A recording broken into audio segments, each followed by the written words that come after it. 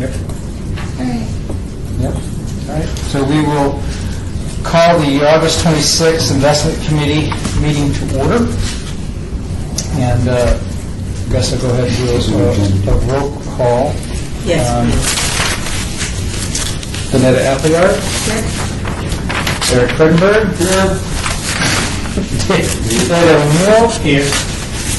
Rusty McAllister is absent, excused. Dave Thompson. Here.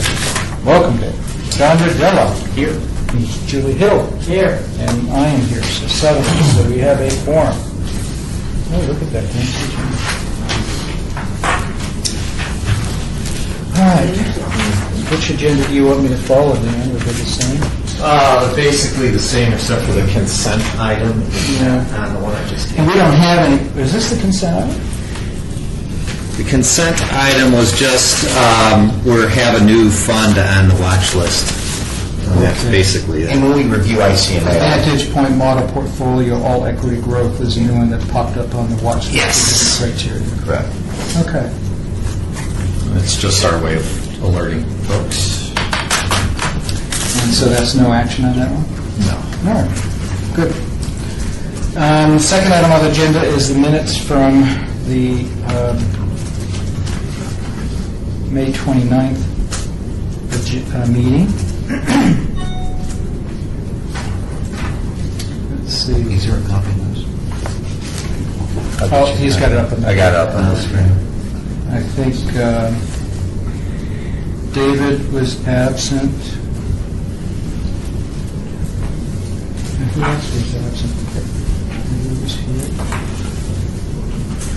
Mark was here. Yeah, I was here. He's got me down here.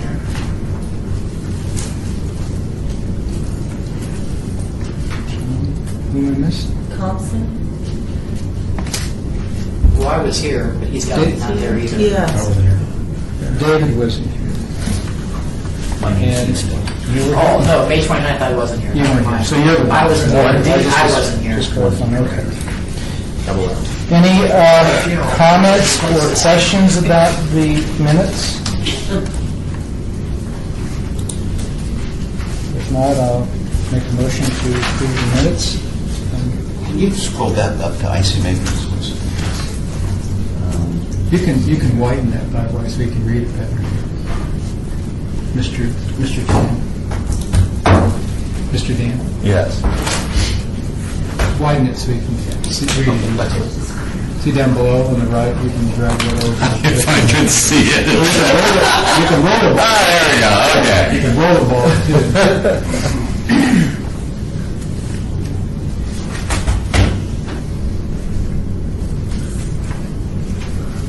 Okay, make a motion to approve the minutes from May 29th. Second. Everybody in favor, say aye. Aye. Opposed? I abstained because I wasn't. Oh, and record shows that Julie abstained. She was absent. So moved. So moved. Thank you. Okay, with that, I'll turn it over to Freddie for a quick review of the markets this last quarter. Okay. I want to start by saying, or asking, is everybody enjoying their deferred comp account balances going up in this beautiful market we have? I had a slide, by the way, I got frustrated here from Nevada PERS that was showing if every bull market started at the same point, and the length of the line would be the number of months or quarters that the bull ran, and put them on a graph, and their slope would be growth, and the length of the line is duration. It's kind of interesting because this one is on the longer end, but it's not the longest bull market we've ever had that long. Well, there's... So we're hoping, Right. we still have. Well, Morgan Stanley's investment committee is very bullish. They just added exposure to equities, even with the Fed saying they're going to stop the bond purchases next month, and even hike rates as early as first quarter. They think it's good news because they think the economy can be self-sustaining, and the growth story is still actually in these early stages of economic expansion still. So we'll see. S&P must have hit a new high today. Yep. Look at that. And I'm also especially excited to be here today because we are making some major progress. So this is our fourth quarter meeting, and first 2 quarters after putting funds on watch, observing and monitoring them for 2 quarters. We did kind of stall out the subsequent quarter, had some policy adjustments, but when we get into this, I think you'll see we're on the cusp of some major traction here, and I feel very good about that. So as far as the second quarter market commentary, equity performance in the United States continued its upward climb. The primary driver of the rally was ongoing monetary stimulus by major central banks throughout the world. Investor enthusiasm was bolstered by the Federal Reserve's indication that short-term interest rates could remain in their current low range for some time after QE3 tapering was complete.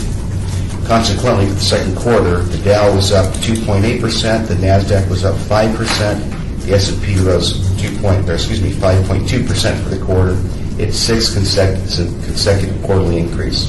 All 10 sectors of the S&P 500 advanced. Energy was the best, up 11.5%, and utilities were up 7.8%. Information technology was up 6.5%. The laggards were consumer discretionary, which was up 3.5%. Financials were up 2.3%. Morgan Stanley economists expect that U.S. GDP will grow 2.1% in 2014 and 2.8% in 2015. Global forecast is for 3.2% growth in 2014 and 3.7% in 2015. Both value and growth stocks rose during the quarter. The Russell Mid-Cap Index was up 5.6%. The Russell 1000 Index, which is a large cap index, was up 5.1%. The Russell 2000 Index was up 2% for the quarter. In the second quarter, the MSCI All Country World Index was up 5.2%. Emerging markets were up 6.7%. And the EFA Index, which is the benchmark for developed markets, was up 4.3%. In the second quarter, the bond market also continued its gains. The Barclays U.S. Aggregate Index, the general measure of the bond market, increased 2% for the quarter. Interest rates declined for the second quarter, so yield on the 10-year U.S. Treasury fell to a quarter end of 2.51% from 2.76% at the end of the first quarter. And since June 30th, it's continued to perform well. The 10-year Treasury at 2.39% today. So, How many year Treasury? 10-year Treasury, yes. So that paints a picture for some very good absolute returns, and then we'll look at our funds on a relative basis. If you go to page 7, is our executive summary, and I should tell you, the agenda calls for Mass Mutual, but I'm going to ask, can we queue up Nationwide first? Okay. Just on the heels of my conversation with Rusty, there's some opportunities. Before you do that, let me just, if I can, I'll pass these out. Rusty couldn't be here because he's got a meeting up in Carson City, so he sent Dan, Freddie, and I an email about some of his thoughts. He can't necessarily make a motion in absentia unless he was on a conference call, but as we go through this, unless anybody has a strong objection, I'm inclined to want to make a motion on Nationwide based on his recommendations, since that service is primarily the firefighter group. So I thought I'd share that with you. All right, thanks, Ray. So on page 8, here's the executive summary that identifies the funds on the watch list, and you can see when they were put on watch.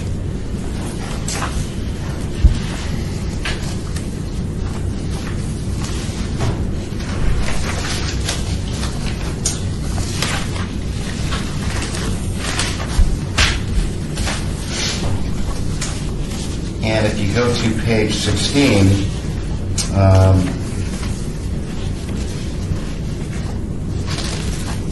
and when we get into the detail pages, you can see the watch list and the rankings, and I'll put that into context. But if you go to page 16, here are the plan investments. Where were you now? We're in that nationwide. Nationwide. We serve Yeah. nationwide. Okay, and I can stop if you need to. I thought it was. Okay. We're on nationwide, page 16. Yeah. A couple things that I'll just bring up is when you look at the fund balances, you see under the bond category, there's that Eaton Vance Build America bond, and with only $11,608, and it's getting virtually no sponsorship, and when we get into some of the fund searches, the committee might consider maybe just mapping. We're kind of coming out of the gate, getting momentum, trying to clean up this stuff, consolidate funds where we can, improve performance where we can. And Build America bonds came out 10 or 12 years ago when municipalities could issue debt, but even though it was municipal debt, it wasn't tax-free debt, it was taxable, and the federal government was going to subsidize part of the interest payment. And there was a lot of hoopla about it at the time. You don't really hear, at least I don't, much of any about that anymore. And so that's one thing to consider, that we can eliminate a negligible fund balance from this plan. And then down below, under the Balanced Asset Allocation Fund, there's this nationwide completion portfolio completion fund, $259. I spoke with Marshall Goff. He said that was some sort of an alternative fund, and that's another balance that we should probably talk to him about mapping that. Whoever has those account balances, those could be mapped into the target date funds. This is something to consider going forward.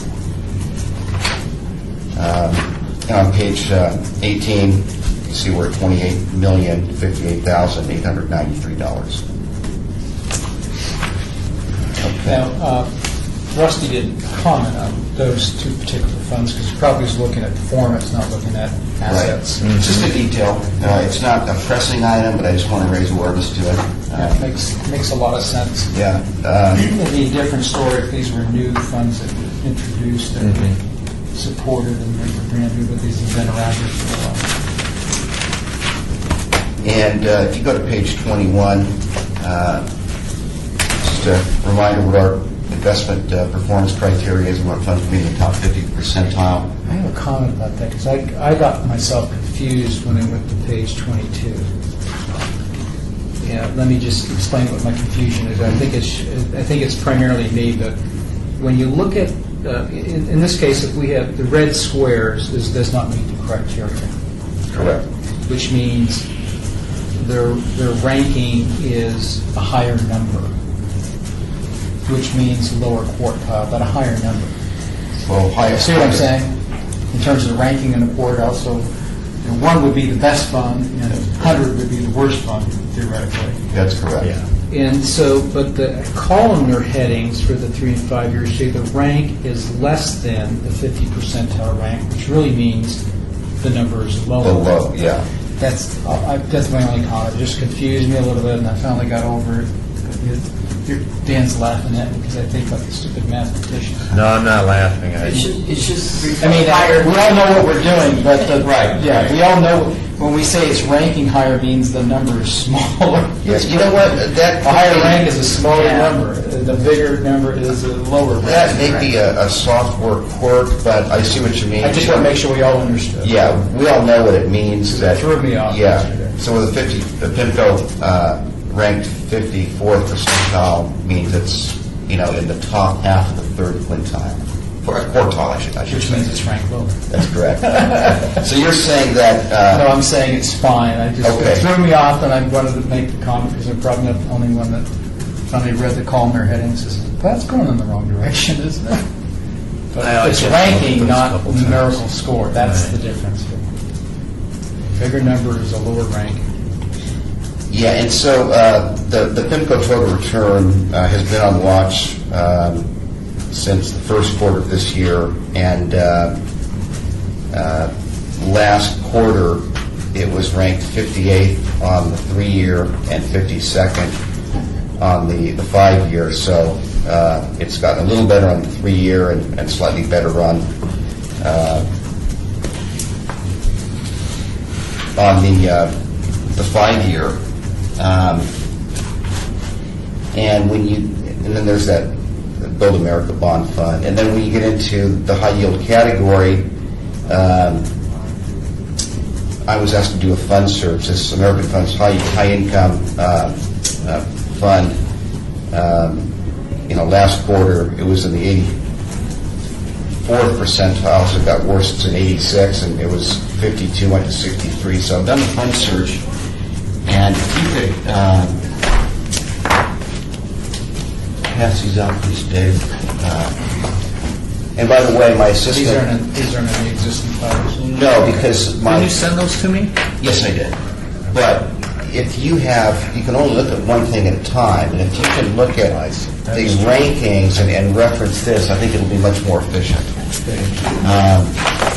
And my assistant sends her thanks of the pads, so we have to get all those books. Are these the rankings when we talk about funds for consideration? I didn't let it. She let it. I just read it. Gotcha. There were more, is that it? Yeah, we have one more. Here you go. No. See? That one. Everyone have one? I didn't let it, but I don't know why. Oh, shoot. See, that's a mean one. I don't know how they got wet. This one's not bad.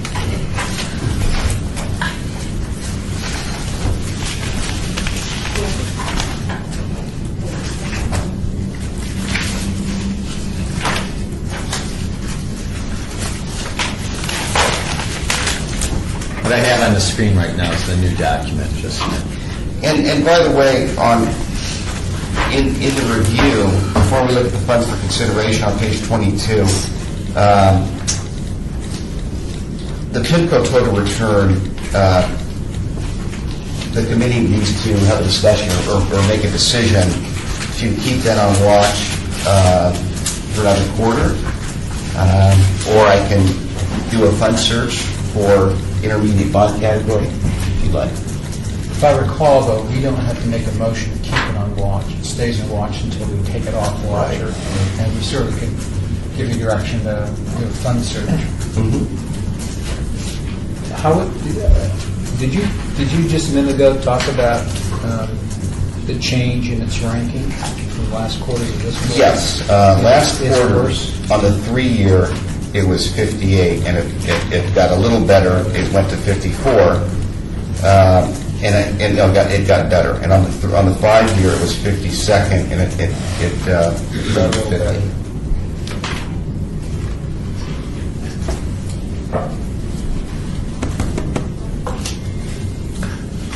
I'm willing to leave. I'm willing just to leave it there and not ask you for a fund search at this time. Okay. It's sort of moving, and it's right there at the midpoint. It seems to be moving. Okay. Anybody have any comments or opinions to that? Okay. I think that's the right thing to do. It is improving a little bit. So PIMCO total return we will keep on watch. The American Fund's High Income Fund, you see the rankings are horrible, and I was asked to do a fund search on that.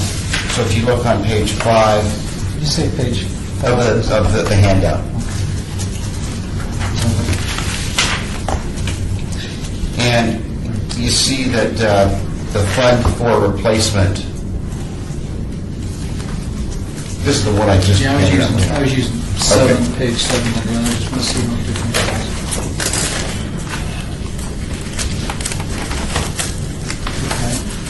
So on the handout on page 7, you see the incumbent fund to be replaced as American American High Income Fund.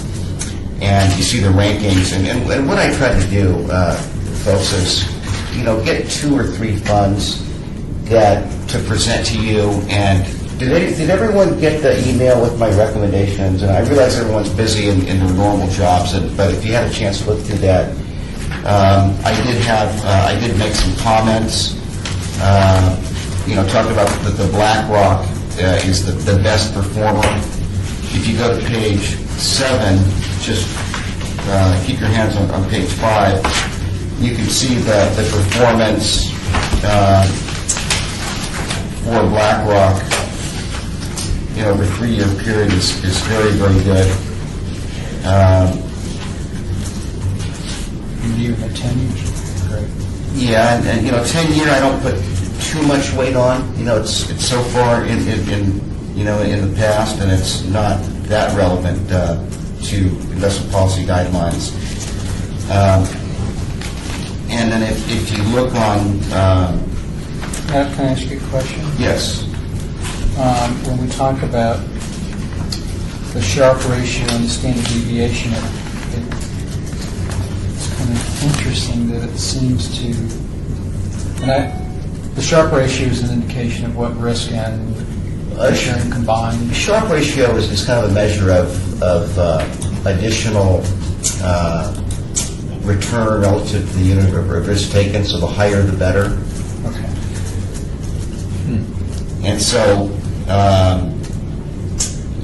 So it has the highest Sharpe ratio. That's right. Where it's going. That's right. Now, one thing that I'll point out is, I try to look at everything. If you look at page 10 on the top, and you look at the expense ratios, the BlackRock, which is the highest, ranked fund, you see the net expense ratio of 1.28%.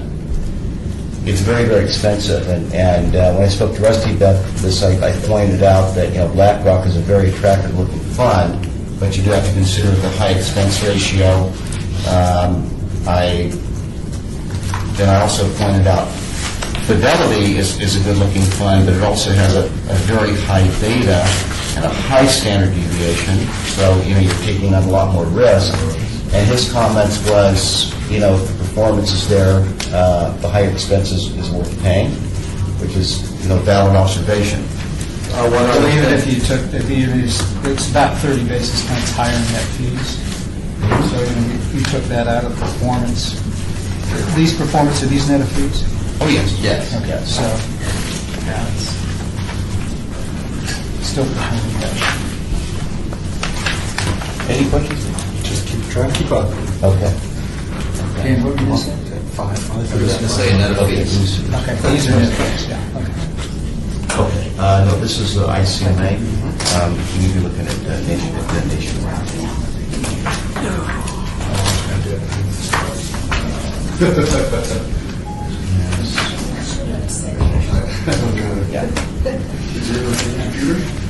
John, comments? No, honestly, on Nationwide, I prefer what Rusty has generally. So Rusty's recommendation was to map American funds, American high yield, into the BlackRock high yield R. That's right. I would probably do Fidelity. Yeah. And again, the point of showing you 3 funds, in theory, any one of the 3 could be suitable placements based on better performance. But I want to point out some subtle differences and take everything into consideration.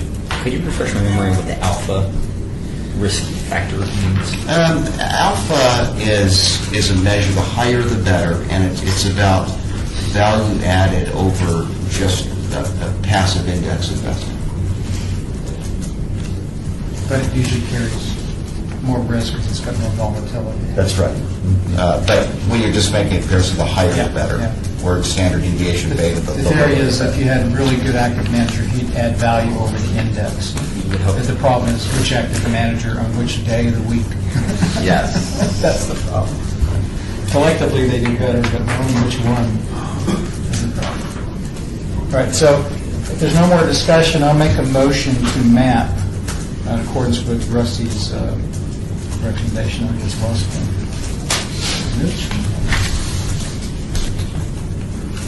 To map American funds, American high yield into the BlackRock high yield bond R. Second, everyone in favor, please say aye. Aye. Opposed? Okay, that passes. Good. So continuing down on page 22,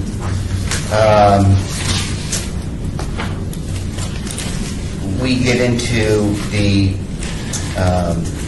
balanced and the asset allocation funds. And you see the conservative fund symbol NDCSX. When you look at these funds, they're generally underperforming. You go down below, the moderate allocation fund symbol NSDMX is on watch. Rusty has been an advocate of consolidating, and when we added basically the number one ranked T. Rowe Price retirement date funds, the idea was to consider mapping these asset allocation funds because, number one, they are underperforming, they're largely on watch, and number two, if you get a 45-year-old fireman that may be retiring, he might forget about it and be in the aggressive fund and wake up one day and the market crashes and he's down 30 or 40%. So he is an advocate of that. And what I want to show you as a supplement to this conversation is in working with Nationwide, Nationwide wanted direction from the city, Dan Regato, as what the mapping criteria would be. And Rusty raised a very valid point. Rusty raised a valid point to say, well, we have target date funds that are very aggressive, the T. Rowe Price funds, where at age 65, the glide path, like a plane coming for a calculated landing, ends at about 62% equity, which is really the highest in the industry. And that's why they're ranked so high right now, because the equity markets are performing so well. He said, well, it may not be appropriate for the firefighters because they have a little different profile. They retire younger. And we vetted this, and I had a couple calls with Rusty, call with Dan and Marshall. And while his point is valid, the conclusion is that there's no perfect way to do it, but even so, even if a firefighter retires at 50 and he doesn't take his money out until 65, which the metrics of the plan would support, it's still an appropriate thing to do. So what I came up with is the direction that will go to Nationwide on this mapping scenario by age. The idea that within 5 years of your expected retirement date, you would, be coming into that 65%, 60% equity exposure at that retirement date. So this is what I gave him. He accepted it, and his thoughts were what he'd like to do. And his point the whole time was you have to communicate and educate the firemen as to what's on the horizon. So what we came up with was something very conservative, is that we're going to come up with a December 16th mapping date. So that gives us plenty of time to send communication to the firefighters to say your current asset allocation funds will no longer exist on December 16th. Between now and then, and we're going to be mapping to the target date funds, and this will be part of that mailing. And then if you do not want to be part of that mapping, then consider other options. Meet with Julie Miramontes at Nationwide, where you could then,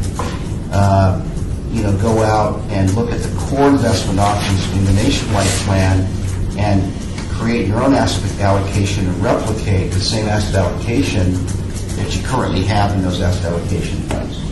And he was comfortable with that, and I think it represents a lot of progress in cleaning up and consolidating. So that's what he is comfortable with doing. Okay, so that's Which is this motion here. survey. Yes.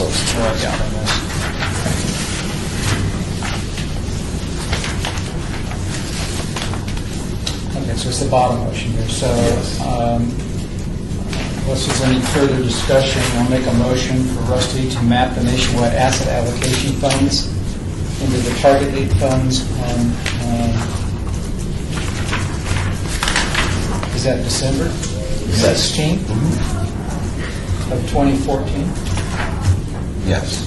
So between today and December 1st, we'll have communications that will direct Dan and Nationwide to make some communication to all the participants that are currently owning any of these asset allocation funds, indicating that the asset allocation funds are being phased out, and that if they do not want to participate in the mapping of their asset allocation funds to the target date funds, as Freddie just described, then they can reallocate the portfolios with the core investment options. They can do that themselves and sell it more monthly.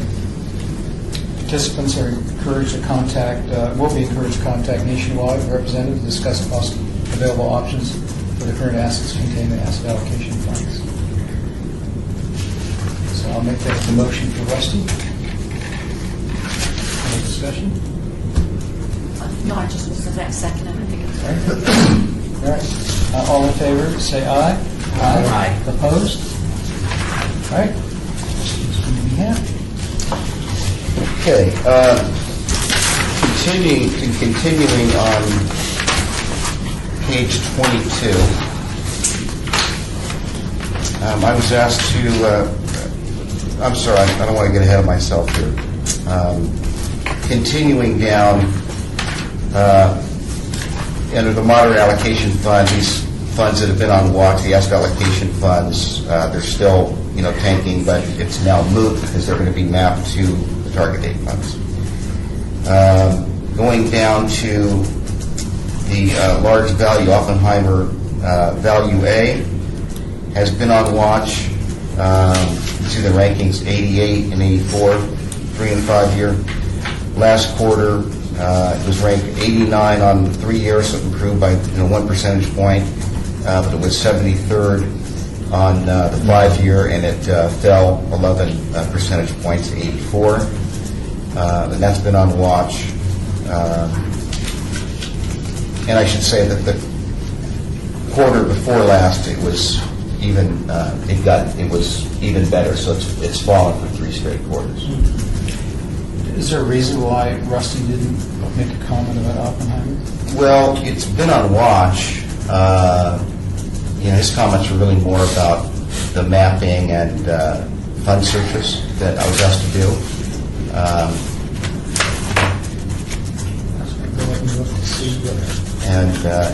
I think it would probably be a good idea to do a fund search and come back next time with some suitable replacements. Well, I don't know how he feels about the Invesco, but there's not a lot of money in either, but there's double the money in Invesco than in Oppenheimer. I only have about $500,000 in Oppenheimer. Yeah. There's another fund out there that we can match. I go ahead and ask that we take a look and do a fund search. Okay. We want to do something with Invesco. Yeah, and you bring up a good point because it's tilting on mediocre, the Invesco. So we're going to map, we do a fund search for the category and then decide if we're going to map 1-to-1 or 2-to-1 and have an improvement. So new fund search, large value search.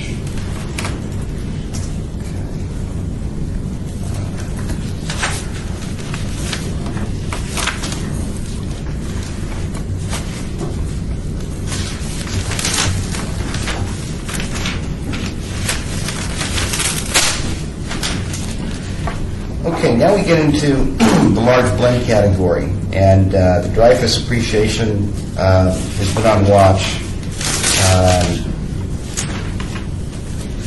Last quarter was ranked 77th on the 3-year. It fell to 83rd. On the 5-year, it was ranked 85th, and it got improved to 69. But I was asked to do a fund search, and if you look on page 5 of the handout. And by the way, before you look at page 5, turn to page 23.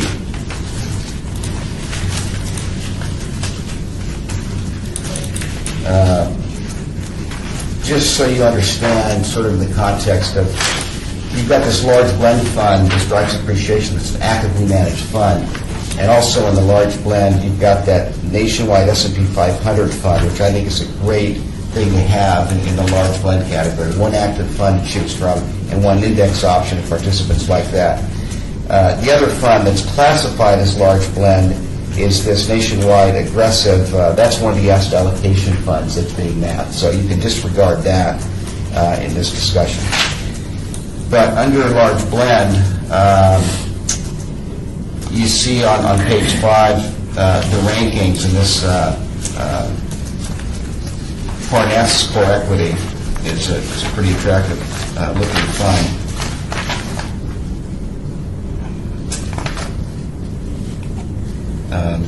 Superb rankings.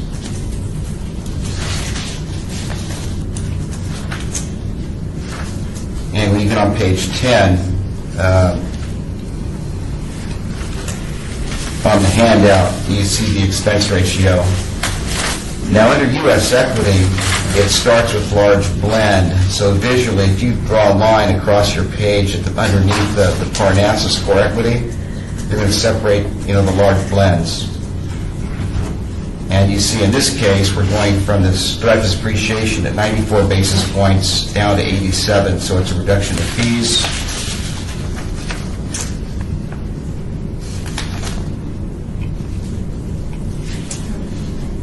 And also, when you look at the risk measures on page 8 of the handout, Parnassus, very low beta, 0.87. High Sharpe ratio, and low standard deviation. Well, the dilemma there is that Rusty's comment in his email was he favored mapping Dreyfus into Fidelity Advisory Diversified Stock A. Well, and that's a good fund too. I was pointing out my observation, and I mean, it's an excellent fund. It's just compared to Parnassus, which actually shows up on the top of the next page. I wonder if I just didn't see it.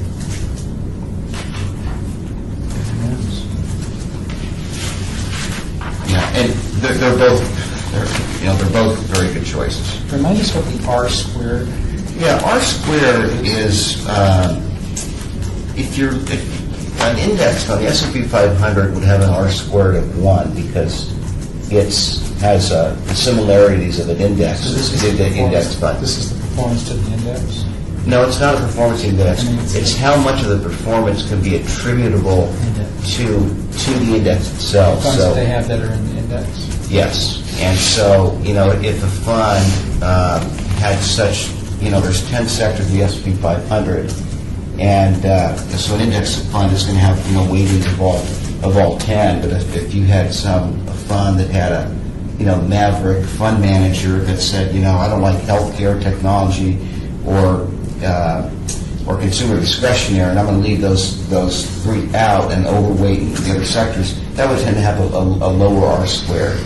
To some extent, if you want to, try to have some outperformance, you don't want to have too high of an R squared. Otherwise, you're almost going to be an index fund in itself. So, the higher the R squared, the higher the performance can be attributable to, being closely resembling an index.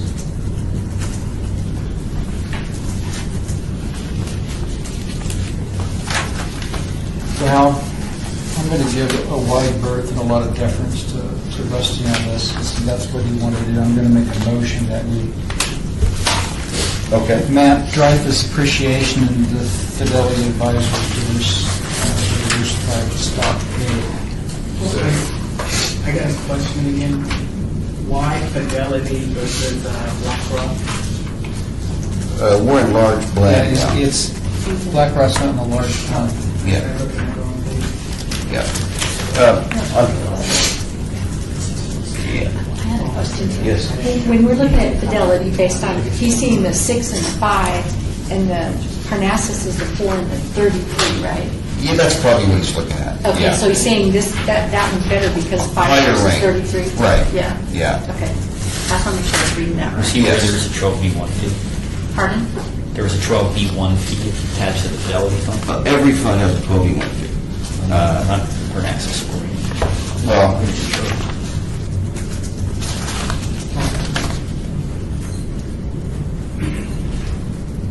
okay, it's not coming up. Okay, well, then, in any event, Fidelity Advisor is the least expensive, so it's a very good choice. So better performance, better rankings, reduction in fee. All right, we've got a motion, a second. Anything else? We'll call for a vote. All in favor, say aye. Aye. Opposed? Okay.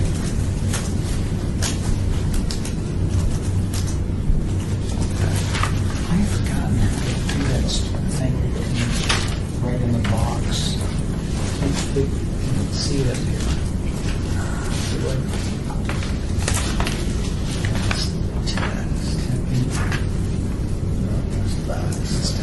Questions? Trying. I think you've been out a couple of meetings, and it does get used to forgetting some late, so. Just trying to take it all in. Trying to keep up.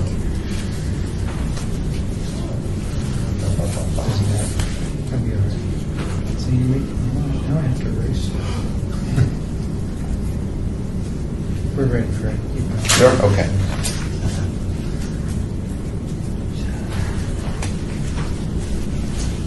Okay, so continuing on page 23, we get down to, in the large growth category, the nationwide growth A has improved. Last quarter, on the 3-year, it was ranked 61st. It's improved to 56th. However, and on the 5-year, it also improved. It was 49th, and it's improved to 43rd. And it's been on watch, and with the improvement, I would tend to think you want to keep it on watch based on the improving trend.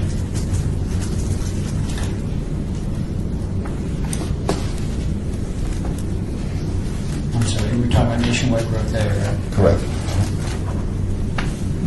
Yeah, I would suggest we just let it continue on watch. Okay.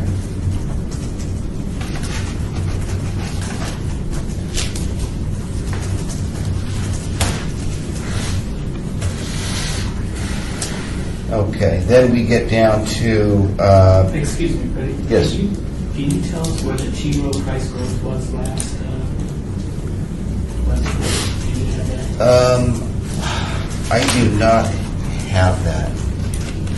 I might have, let me take a peek here. No. I'm just wondering if it's continuing to grow and improve as well as the other.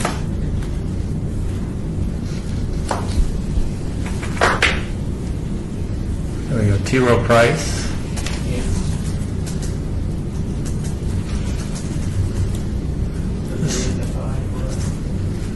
This is from March 31st? March 31st. Essentially the same. Yeah. 1826. Okay. So nationwide, You're saying was could at be a 61 and 49. could be a mapping opportunity? Well, I think it's a mapping opportunity, but at the very least, I don't know if we want to wait for the rest of the week, but I think nationwide growth rate should be coming off of the watch list. It's been 2 quarters that they've been above. Well, it's still 56 on the 3-year. Sure, I understand. Yeah. Considering the reason why you go on the watch list and considering it's 2, so it's either, I don't think it still takes away the possibility of next quarter we do a mapping where we would consolidate. But I just think that if we're going to stick with what we've been saying all along, again, it doesn't hurt anything to leave it on the watch list. Yeah, I mean, I think it's a good point. I think a good thing to consider is keep it on watch list. It is improving, still, subpar in the 3-year. And so see what happens next quarter with possibilities to be either do a fund search for nationwide, but also consider mapping it into T. Rowe Price growth stock. Well, the good news is that nationwide growth only has $8,000 worth of assets in it. The other question I have is, we've got 4 funds in this large growth category. Right. Yeah. So really, and I'd be more apt to let it ride until the rest can participate on any action items. Yeah, in it's this interesting. category. But You've got T. Rowe Price is the only really attractive fund. All the others are in violation over 3 or 5. Potentially, it's a mapping of 4 into 1, or a fund search for all of them. right. And if we could maybe just at least consider it, it's in the minutes, and then Rusty can take a look at it. Yeah, Yeah, that's a good idea. yeah, maybe. Do we even want to do a fund search though? Because do we want to? Well, I think that's- We're limiting it to just one fund. We want to keep some more in there, right?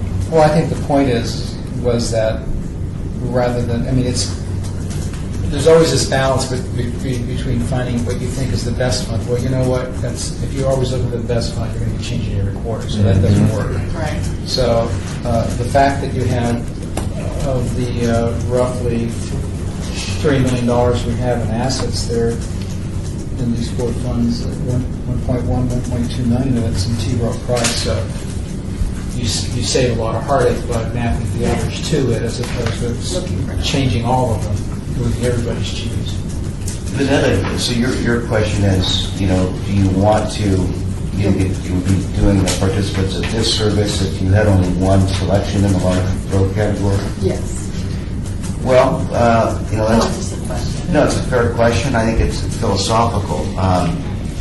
My thoughts, and this is not the end-all be-all, it's up to the committee, but last quarter we were here, I pointed out, what does it take to construct a well-diversified investment portfolio? And you take an asset allocation questionnaire, and you default into one of those risk models, whatever percentage to large cap, you've got large growth, blend, and value.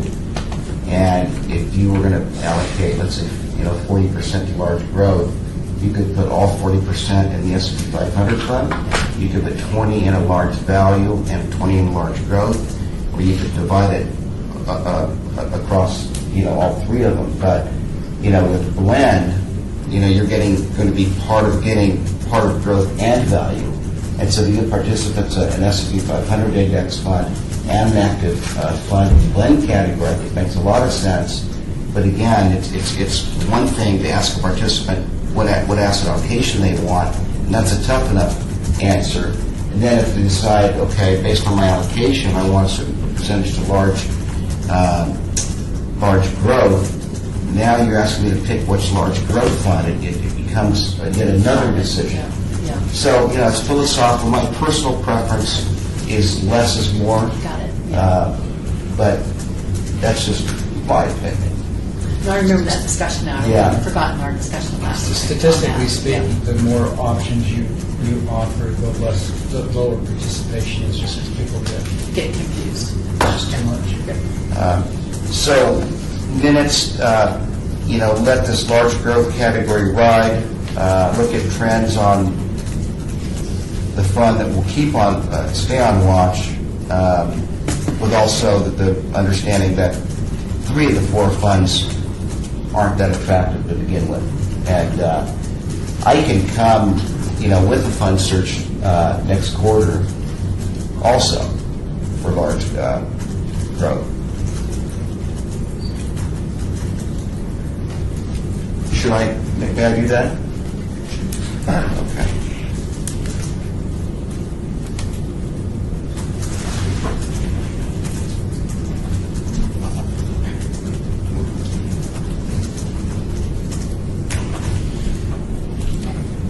And so here's an opportunity, a perfect example where there's an opportunity to do two things: significantly improve performance and also clean up and consolidate overexposure, overlapping investment options.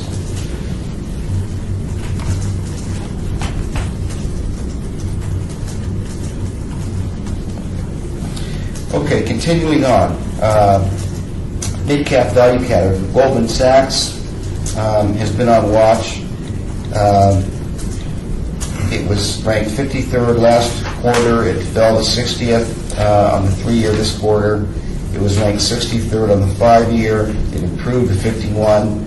It would still be on watch. I was asked to do a fund search, and you see on the handout on page 5.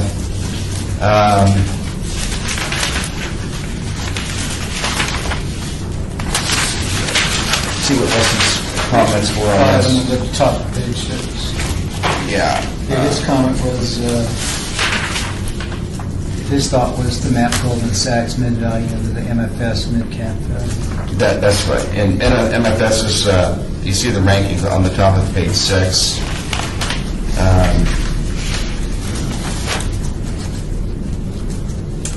And then on page 8, you can see all the performance. MFS is the standalone, standout performer, best rankings, low beta, high Sharpe ratio, and the lowest standard deviation. And as for fees on page 10, the cost associated with MFS is 122, so you're going from 1.23%, you're going from 74 basis points to 122. So, unfortunately, all these improved funds don't always come with lower expenses. But MFS is a standout fund.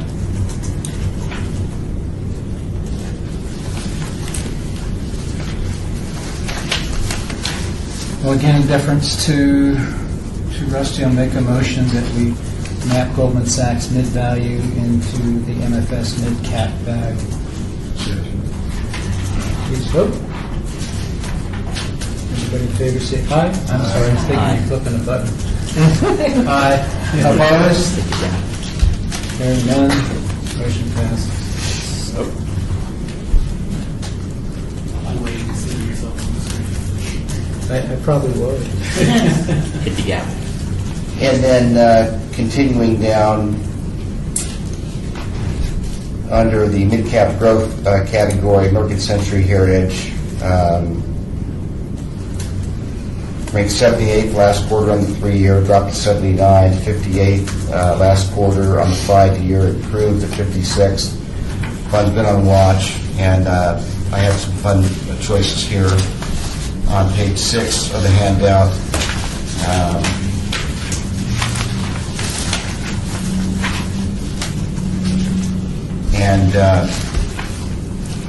The best looking fund here is the JP Morgan. And this is from, my recommendations. I tried to run this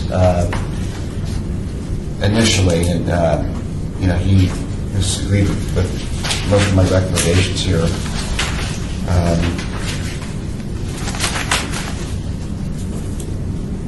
Well, yeah, that is his recommendation, so. And if you look at performance on page 9 of the handout,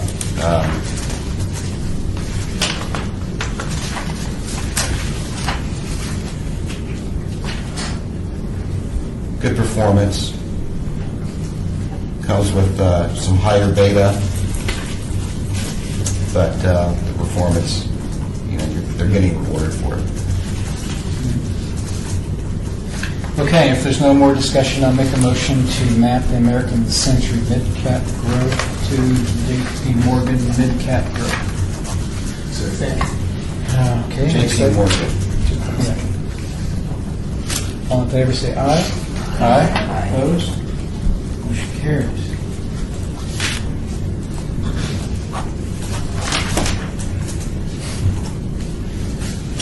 And then, and on page 23, I mean, we do have some very good performing funds. Look at the UBS Small Cap Fund, the rankings. And on page 24, American Funds Euro Pacific, last quarter was ranked 50th. It improved to 49.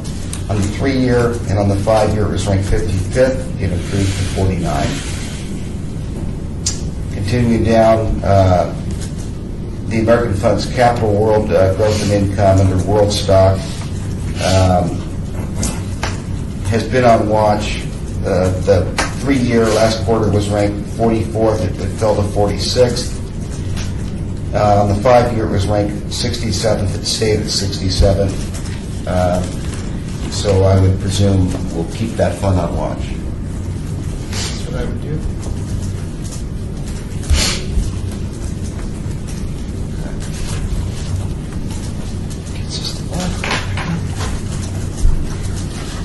And then we get down to the BlackRock Natural Resources Fund. That's been on watch. Still not good. I was asked to do a fund search. And on page 6, the Ivy Energy Fund is the fund of choice. You see on page 9, performance is standout. Rankings are superb.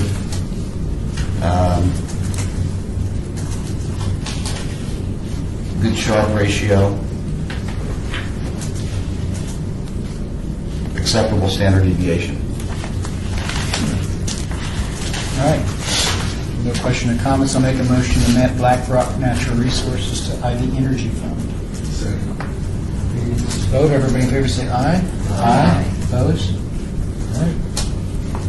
Ivy it is.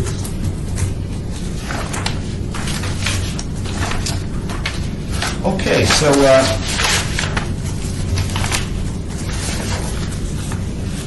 improving performance.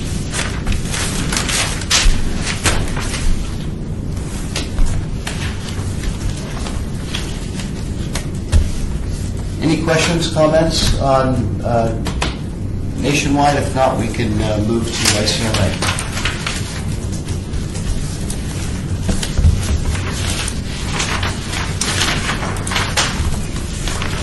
I'm good to move to ICMA. Yes.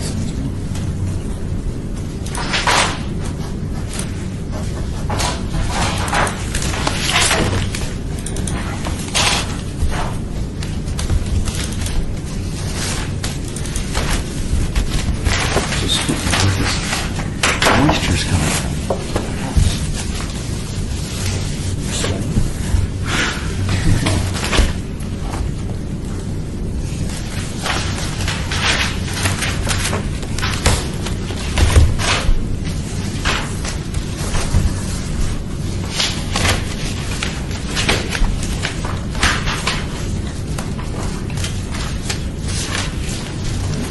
So on ICMA, if you turn to page 8, here's the executive summary.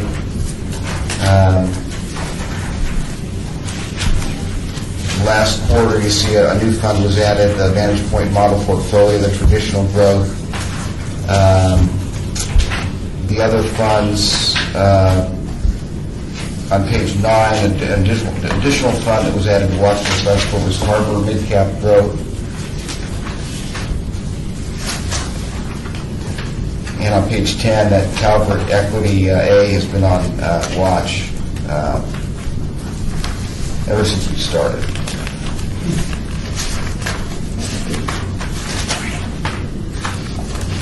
If you go to page 15, here are the plan assets.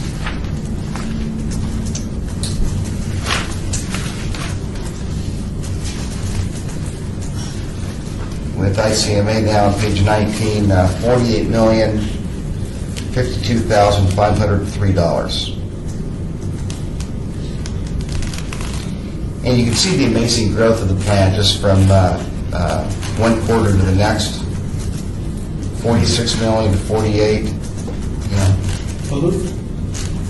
the Palooza. There you go. Yeah. That Vantage Trust 5 year CD sure is a big amount. What's that? That Vantage Trust 5 year B of A CD sure is a big balance. Oh, yeah. $4,600. Yeah, and that's what I was saying is where we should probably do something with those balances, and it's not a pressing issue, but Dan, I would think let's talk to Sean Baker and find out, what would the implications were you to map that to. Yeah.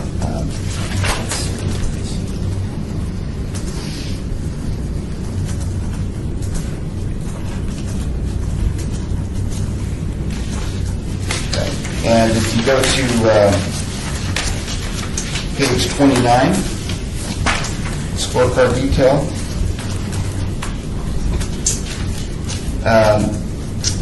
Now this is,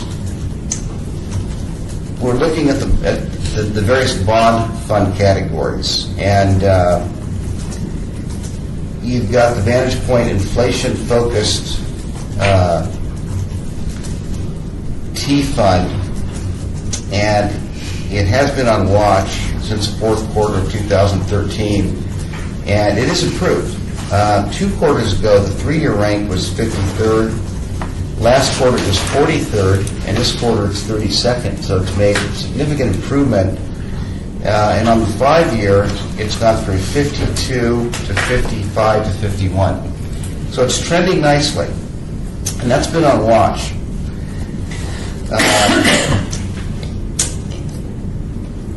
And before before the committee makes a decision on the continued watch list, that fund on watch or not, I think you need to put that decision in the context of all the funds in these bond categories. Now, you look at the intermediate term bond fund, PIMCO total return, it has not been on watch. It's been mediocre. Last quarter it was 53rd, it's improved to 50. 5-year, it was 49 last quarter, it's improved to 47. There's certainly nothing, in violation there. But the other fund in the intermediate category was this Vantage Point Core Bond Index. Last quarter it was 72nd, this quarter it's 77th. On the 5-year, it was 86th, it improved to 85th. That's been on watch. And you asked me to do a fund search for that fund, but I really interpreted it to mean for the whole category. I'll show you where there's some more opportunities to significantly improve performance, and also clean up and consolidate some of this stuff. PIMCO High Yield was 61st percentile last quarter. It dropped to 68. It did get better on the 5-year. It was 51st and improved to 45th. Now, if you go to the ICMA handout, funds for consideration,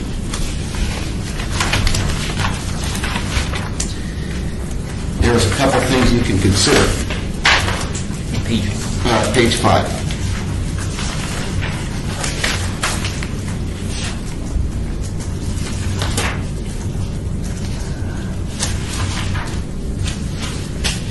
Within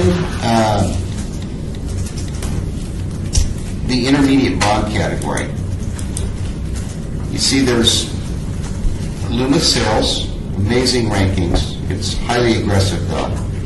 You got PIMCO Total Return, you got Nuveen Core Plus, you've got what is a very mediocre PIMCO Total Return right now, although it's not on watch, and you've got the Vantage Point Core Bond Index that frankly needs to go. And then the other fund for consideration is Western Asset Management.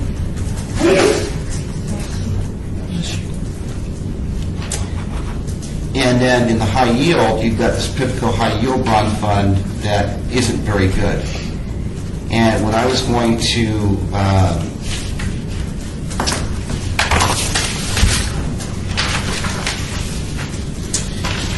Can I ask you a question? Yes. I didn't notice it before, but and I'm actually Page 6. Of the consideration? Yes, on the Yeah, We're talking about the intermediate term bond, right? that's right. So if I'm confused by the inception date and the fact we have performance for longer than the inception. On which fund? Take Loomis Sales, for example, the first one. Okay. So I've got 3 months, I got year-to-date, I got a year, I got 3-year performance, 5-year, 10-year performance. And then inception, it says The 2013? inception date says it's 2013, and I'm asking myself, how do you get Yeah, right. 10, 5, 3-year performance in something that's only been around for a couple of years? You know, that's a detail, and I'm sorry to not, upon a very thorough review, I That missed- inception date can't be right. It can't be right. It can't be right. But I would, yeah, but Because if I, you didn't have, if, for example, its inception date was 5 years ago, you'd have a blank in the 10-year, you wouldn't have a number. well, that's a very good catch. But what I will say is this, is that although that fund ranks very well, I don't think it's a very good choice. I wasn't, that wasn't my, No, I know. I just was. It's a very good observation. Yeah, I just was. It's a confused. question mark, yeah. We're going to have some advantage You- on you core s- T as well. Yeah, there's something about those those vantage funds that must be confusing. I don't know why, but okay. All right. I'll have to look into Curious that question, but, software. But in any event, the opportunities you have here are actually within the inflation-protected bond category. You can map the Vantage inflation-focused T into a fabulous replacement of PIMCO real return with great rankings. You see 3 and 1. And that's kind of a no-brainer. And when you look at all these bond funds, 1, 2, 3, 4 bond funds. Then within intermediate, Western Asset Management is the best looking fund on performance, fees, risk, all things. And then you can also take the PIMCO High Yield Fund, which technically, it is on watch, but it improved, and you can map the PIMCO High Yield into the Western Asset Core Plus. And the reason is that the Western Asset Core, it's called something called Core Plus. So while it's benchmarked against the Barclays Aggregate Index, which earlier it's noted that's the broad measure of the best, the most broad bond index that includes government bonds, agency and treasury bonds, but also corporate bonds. But a fund that has the plus name to it, while it's still benchmarked to the Barclays Agg, it also buys out-of-index securities like emerging market debt and high-yield debt opportunistically to add returns. Which And so explains why it's got a high alpha. that's exactly right. So when you have an underperforming fund that's been on watch like PIMCO High Yield, I say consider mapping that and cleaning up the Vantage Point Index T, mapping that into the Western Asset Core Plus, also mapping PIMCO High Yield into that so the high yield investors can still get exposure to high yield. And then in the inflation protected, a no-brainer to map this inflation index focused into PIMCO real return. Because the only way the 5-year gets better versus the 3 years, because the 6-year must have been horrible and it dropped off, right? Or you can. Yeah, you can, The 6-year must have been bad, so when it drops off, yeah. it makes the average better. Because the 3 year still shows horrible. You can have a bad, you can have a bad year, and particularly if it's a bad year in the 3-year grouping, it's going to have a big impact. But once you get in the 5-year, you've got 4 good and 1 bad, and eventually get drop off. But yeah, if you've got a string of bad luck, you can look really ugly. If you got a really bad year, you can look ugly. Well, I have a question on the Vantage Point inflation focused T. What did we say the rankings was? It's improved every quarter that it's been on the watch list. Is that not correct? And it's now moved up to 32 in this quarter. It has, yeah. So it's continuing to improve It has improved, yeah. every single quarter. It hasn't stayed horrible where it was when we initially Yeah. put it on the watch list. So myself personally, just for this particular one where it's showing huge strides in improvement, I would really rather leave that particular one on the watch list for another quarter just to see what it does in the next quarter because it is continuing to improve. And you could, that's a fair idea. Now, it's improved the last 3 quarters of the 3-year. The 5-year, it's gone 52, 55, 51. So So it is trending. It is trending and continuing to improve. Right. To kind of, to stay in some kind of can you say that? Methodology. Methodology. Methodology. Some kind of systematic approach. You know, we dealt with, we've been dealing with the poor performing funds so far. At some point, we're going to weed through those because once we get through them, we're not going to have bunches popping up anymore. Right. But we're still going to have some issues. And one of the issues we're always going to have, which Rusty addressed in his email, by the way, was that we still have some categories where we probably have too many funds. And again, the idea of having a lot of choices sounds good until you don't know what the heck you're choosing. And when you don't know what you're choosing, you tend not to play. And that's I'd rather see people investing money even if they're not quite sure about the splitting of the hairs between the different kinds of funds. So at some point, we're going to get sophisticated and we'll deal with all the problem children, then it will be a matter of philosophy and policy. Right. So You keeping know, with what you're saying, Julie, is, let it ride, and then maybe once we get through the poor performing funds that we know we got to deal with, then we got to come back in the future and start addressing what's in proper amount of funds to have, and if we should consolidate them, how do we go about consolidating? And I'm not saying that I'm talking about that one specific one. I'm not talking about the other 4. The recommendation to move those. I kind of believe that might not be a bad idea, given how bad the rest of them are doing and have been doing. But that one particular one that's showing improvements every single quarter, jumping from there because it is the only one that is in that class, I just would really like to see what that one does for another quarter and see if it's continuing to improve. But with regards to the other 4 in the intermediate term bonds, or the other 3 in the intermediate one, No, there's only, in intermediate, there's only 2. There's Yeah. 2 more. Yeah. So mapping those to somewhere different probably isn't a bad idea, along with the high yield bond as well.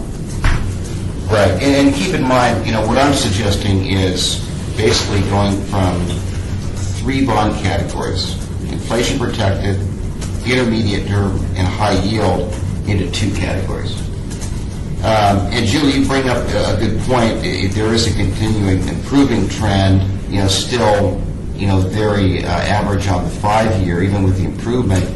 But do you see any compellingness that you can move it into a fund ranked 3 and 1 of such a significant improvement, just to point it out. On page 5 of the handout, that the fund that I was showing as a replacement consideration, on the 3-year improving rankings from 32nd to 3, and on the 5-year, 51st to 1. How much funds are tied into? Yeah, it's like how many dollars, Yeah. what's the dollar amount that's tied into these? 15? Something 15? Yeah.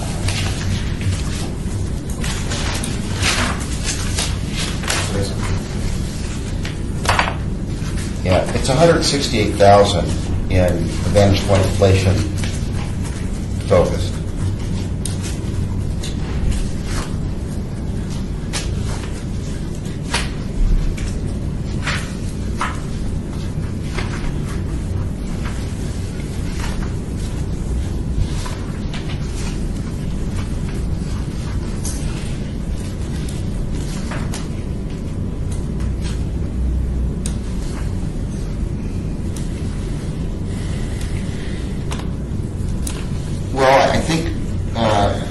committee be prepared to make a motion on, in the intermediate term, and we can table that, the inflation for a second, but in the intermediate term bond category, mapping the Vantage Point Core Index and PIMCO total return to the Western Asset Management.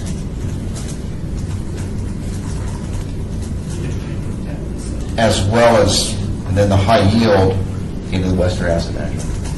Yeah, I'm in favor of that.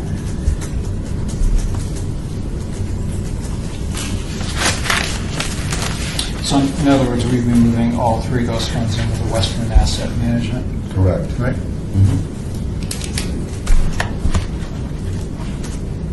And that's their core plus bond. Right. So essentially, that would get you down to 2 bond categories. Right. Okay. I'd be happy to make a motion to map Vantage Core Bond Index T and PIMCO High Yield Admin into the Western Core Asset Core Plus Bond, which is new, correct? Yes. So we're going to take the high yield bond and the two intermediate ones and move them into the Western. We're going to take the high yield and the Vantage Point. Yeah. PIMCO total return. Okay. I didn't say that, did I?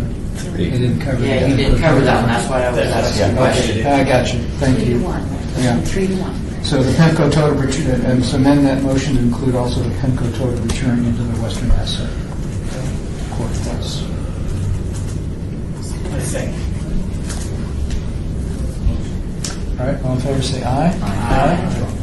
Opposed? And let the record show that Eric was stepping out.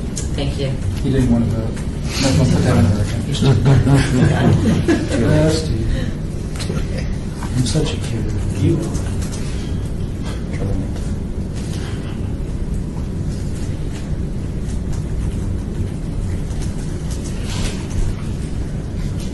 So we're mapping PIMCO total return and VP core index into Western Asset Core Plus, and the high yield category mapping PIMCO high yield into the Western Asset Core Plus. Yes. Okay. And Okay, wait a minute. yes. All three of them? Yeah. Yep. All three are going to the same one, thank you. Yep. Okay. And Western Asset. with that, with those two passing, have we reached a conclusion on how the committee would like to handle the inflation protected category?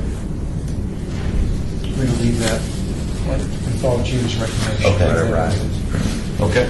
You guys recommended we look at that again next, leave it on the watch list and look at it next quarter. Sure. Okay.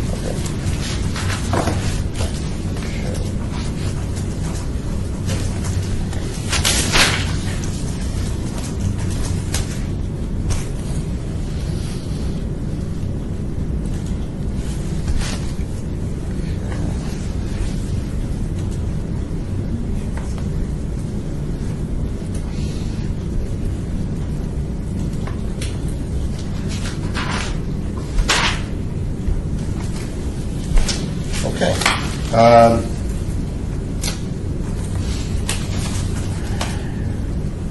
Continuing on.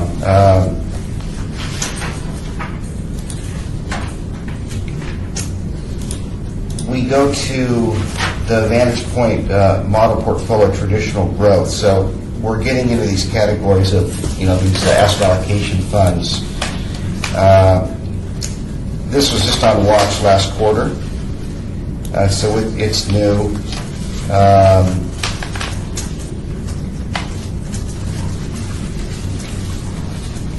And I think it's within the context of looking at these asset allocation funds, with what is called the Vantage Point model portfolios. So you've got the conservative, the traditional growth. On page 30, you've got the Vantage Point model, all equity growth, which will be placed on watch newly on this quarter.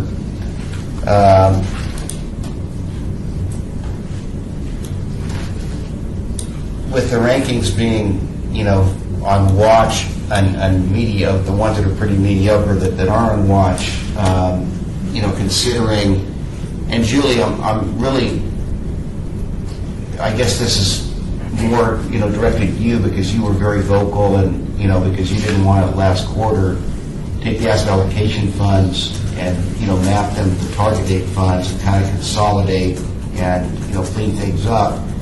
And considering what, Rusty advocated for on the nationwide and how we can do it, your concerns were valid based on, communication and education to your constituents within the union.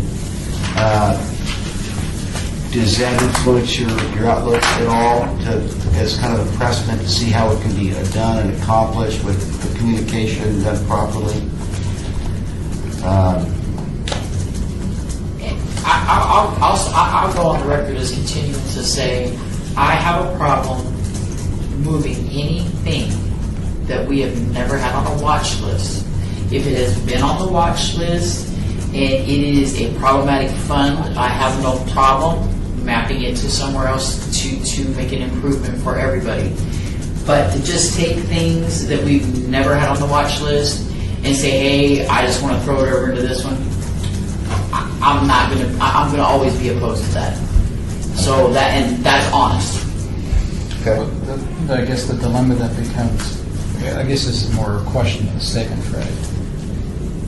Do we create, I understand where she's coming from, I understand your statement of principle, but we create a problem. We have these asset allocation funds or these target date funds where they're set, they kind of go together. Yes, they are set. So, you're never going to have a situation where they're all going to be on the watch list individually. Well, they might, they could, But it's right a long now, shot. they're not all on the watch list. And if a few of them were on the watch list, where do you map them to? Target funds. One by one? No, by age. No, excuse me, let me, I understand your question. Yeah, I'm not asking the question correctly, but you see where I'm going? Yeah, and I think in the answer to Do you your deal with these question, one-off, or do you have to deal with them as a grouping, or do you Yes. deal with them one-off? you have to deal with them as a grouping, but to answer your question, but also with consideration to Julie's concerns. Well, what he just said is going to make me have another question, so go ahead and answer his, Yeah. and then I'm going to... Is that I think the right way to look at these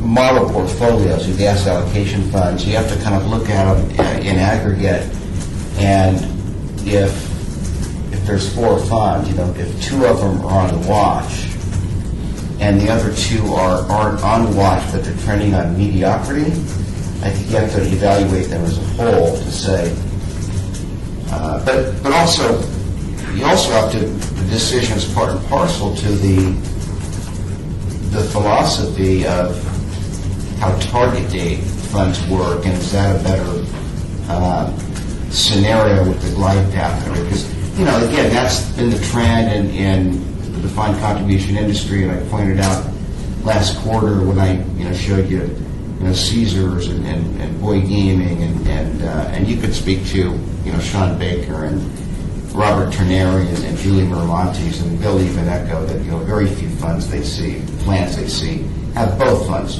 both categories in them. And so I'll go back to the question is everything that you want to move into a targeted date with a glide path fund. And my question is, why must we move every single thing into that type of an option?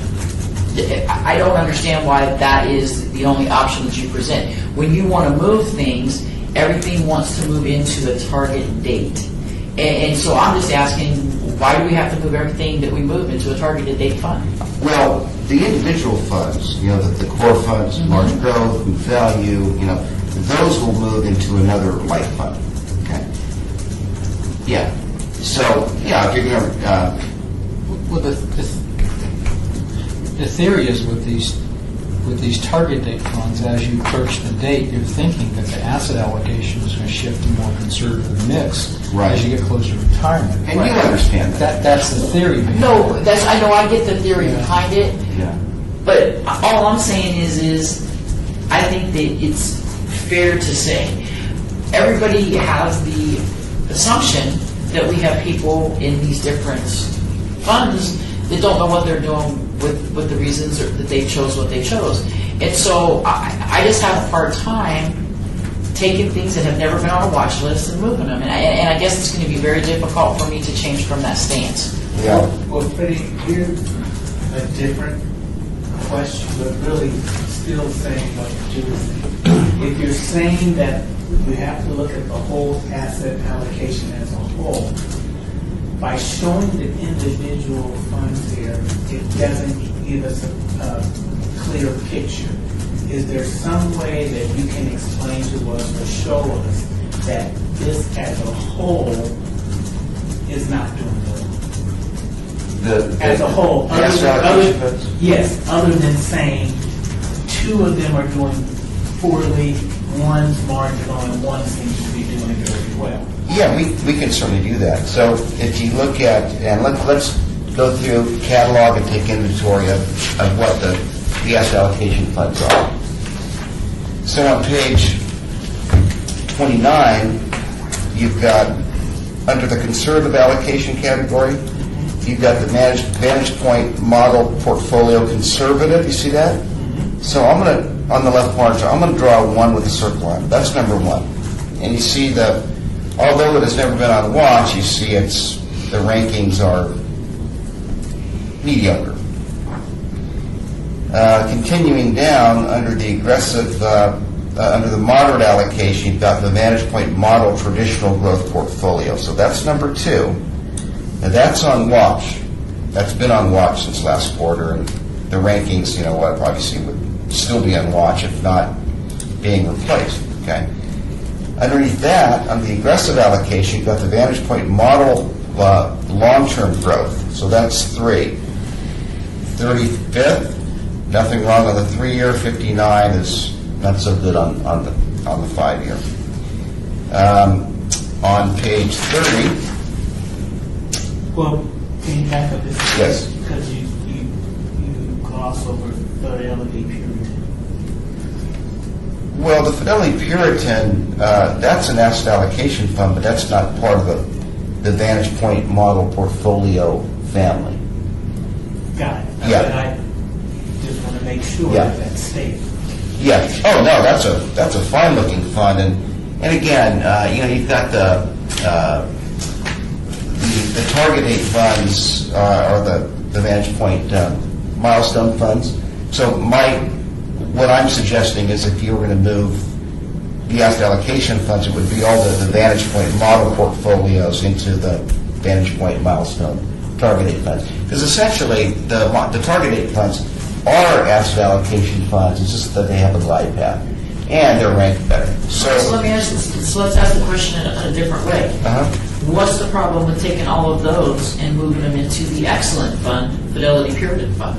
What's the problem with reallocating them all to that fund that is doing extremely well? Well, that's a good question, Julie, and certainly the rankings of Fidelity are great. The problem is that if the Fidelity Puritan Fund is a moderate allocation, so if you go back on page, and this is a good discussion we're having, if you go back to the fund portfolio fact sheets, and if you go to, I'm on in tab 6, and I'm looking for the Fidelity Puritan Fund. Okay, it's on page 79.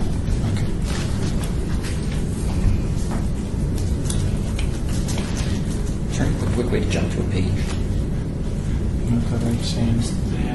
And so when you're Tap the there, little arrow quickly. because See a little arrow bit Yeah. down here? You're going to establish response pretty quick. Oh, I see. Well, I was able to hold it. No, it's not. No, I tried that. I mean, and Julie, I'll tell I was able you, to- in theory, I think it would be great, because, I'm an advocate for consolidating and improving performance. That's great. And it would be great if you could just make a blanket decision and move all these Vantage Point model portfolios into Fidelity Puritan. They're certainly getting better performance, but it would be inappropriate, because Fidelity Puritan, are you there on page 79? It's okay. It's on the screen. Okay. See the pie chart on the lower left? That's the asset allocation that makes up this fund. It's in the Morningstar moderate risk category, and you see the asset allocation. If you just extract out the fixed income and cash, you see that it's about 70-30 stock to bonds, 65-35. It'll shift a little bit. So the only thing that would be appropriate to map into Fidelity Puritan would be the Vantage Point model portfolio traditional growth, because if you go to page 80 and you look at the fixed income and cash, it's going to be a very similar asset allocation, because they're both categorized in that Morningstar moderate category. I hope I'm making a point In these misunderstanding. asset allocation funds, the family, was the concept originally that as somebody got closer to retirement, they would move their own assets to different allocations that suited their own personal path to, no, or was that just Well, the risk tolerance? That was the risk tolerance at the time you get into the fund. So, if I'm 30 years old and I want an allocation of 80 stocks, 20 bonds, I might be into the moderately aggressive asset allocation portfolio, and it's my responsibility to every 5 years revisit that and maybe dial it down to a more conservative asset allocation fund. And some people, it's a fact, are nearing retirement. They've been in this fund that they thought was great for all these years, and it's an aggressive allocation fund, and the market tanks, and they're down 35% the week they're going to retire. That's a bad deal. Or at least in the target date fund, they're going to be, the glide path is going to bring them into a soft landing as they approach retirement. The other thing to do is I could do a fund search for asset allocation funds to replace these rather mediocre, Then you can moderate. I know. I know. No, I think my sense of it is that I really, if we can get through some of these bad funds and get them off and mapped, I think you'd be better served to spend time in another quarter to talk a little bit more about specifically asset allocation and targeted funds. Spend some time just talking about those things. Okay. So we can wrap our heads around it as a group and decide, why is one, they're different products. They're really different. They are. Very different. And what she's saying is, why are we trying to move everything into here? Well, I guess some of us, and I'm one of them, but again, I'm probably more sophisticated than the average person in my mind, I do my own asset allocation as I age to retirement. And I don't need to buy an asset allocation fund to do that. And I know to change it over time. So I sit here and say, I'm like you, we have these stupid asset allocation funds. Target date would make more sense to someone who wants just to put money in and coast. Yeah. And so that's where you're coming from. Right. But yet they are different. And Right. you can't just map them one off or map them to one fund, because you're going to get a totally different asset allocation. That's right. And now you violated what supposedly the principle was to begin with. So That's right. no matter what you do, it's confusing. Right. And this is good discussion. This is an evolving committee, and this is good stuff. One thing I'll point out, if you look on page 80, where I still have this Vantage Point model traditional growth portfolio up, where it has the asset allocation down there. And what these are is this is a fund of funds. So the underlying funds, this is one fund, but if you lift up the chassis of It's the a fund car, that invests in funds. It's you can see investments. that the asset allocation is made up of different percentages of other Vantage Point funds. You see that? And so it would be very, very difficult, if not impossible, for every one of those underlying funds to be best-of-class funds in their respective category. So in Rusty's approach, since we're monitoring the performance of the underlying core investments and improving the rankings and performance every time we can, between now and December, the people in the nationwide plan that don't want to be part of that mapping, they can opt out of the mapping and construct their own portfolio if they want to replicate the asset allocation they're in, but probably get better performance because the underlying funds are getting so much better through our monitoring and fund searches. So, but yeah. And Julie's issue, which I am very sympathetic to, a lot of is it's not moved to cheese yet unless we feel we have to, because That is part of it. The other part of it is, one of the things that I said from the beginning is education. And I believe that if we educate people, let's not get rid of funds that aren't underperforming. Let's give them the option that if they want to sign up for a fund as you wish them to do, a targeted date fund, then they have the ability to do so. If they want to continue to keep what they're doing, and like Mark and myself has said, I keep track of that and change it on a regular basis. So if we have people that are doing that, let's give them the opportunity to continue to do that. If we have people that don't really know that much about it but want to get involved and you hook them up with a targeted date fund, great. But don't take away the opportunity for those who do know what they're doing or think they know what they're doing and they are making those kind of changes. Don't take that opportunity away from them, because the minute you map a whole bunch of funds somewhere else, that opportunity to have those certain choices are gone. And so that's the part that I'm trying to say. Understand. well, hopefully we're providing better choices. But Right. part of the idea about maybe pushing it down to another quarter as a specific agenda topic Right. is if we as a group can get a better grip and understanding, maybe Freddie and Dan can educate us a little bit better, then maybe we can have some. Maybe we will then come to a place where we can recognize, okay, here's what education we do need to make. Here's what we need to get, ICMA to communicate. Maybe we need to do special communication just to these people that are in these funds, and we need to tell them this is what our concern is about these funds, and here's what we're contemplating doing for these reasons, and just sort of, not saying we're doing it, just saying we're thinking about for these reasons. There's a way to get to where we need to go without smashing it with the sledgehammer. Right. So, Fair. well, again, I was thinking we just put it off to another meeting, hopefully maybe the next quarter, and then our goal would be to learn ourselves a little bit more about it, so we can wrap our heads around it, and then decide how we want to communicate, or what we want to communicate, and how we want to do it with those people and those specific funds. I'm working on an educational video for employees that kind of takes deferred comp and makes it really, really simple. And so maybe what I could also do is work on something regarding asset allocation and target dates and how they differ and that sort of thing. I can try that. And I'm trying to really make this very, very simple. Like in the videotape on deferred comp, I don't even call it deferred comp, I could call it the pay tax later plan. That's really what people view it as, So I'll see what I can do on it. I'll see what I can do on that. So you're talking. I'll work on it. Yeah, I'm making it real. But see, you have to go through your legal people, and I don't.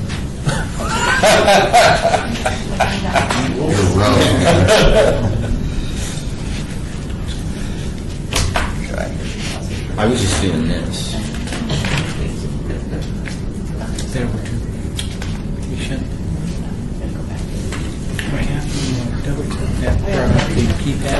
Oh, you can type You in. type a number, hit return. If you know what page you're Oh, here, it puts a cursor there. Right. It puts a little cursor. It puts the cursor on the. Yeah, and then you hit upper or lower 79. line. Yeah. There you go. Okay, so if we can get back on track, please, Yeah, where we're at. page 29 in the second quarter review. And continuing down, we're down to the Vantage Point Model Traditional Growth Portfolio with symbol VQTGX. This fund was on watch, placed on watch last quarter, and I presume, we should keep it on watch again, considering the discussion of these funds, in the context of target date funds. Agreed.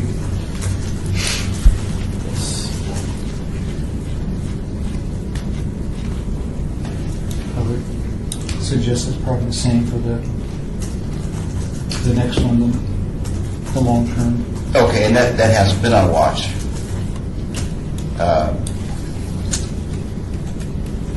Now,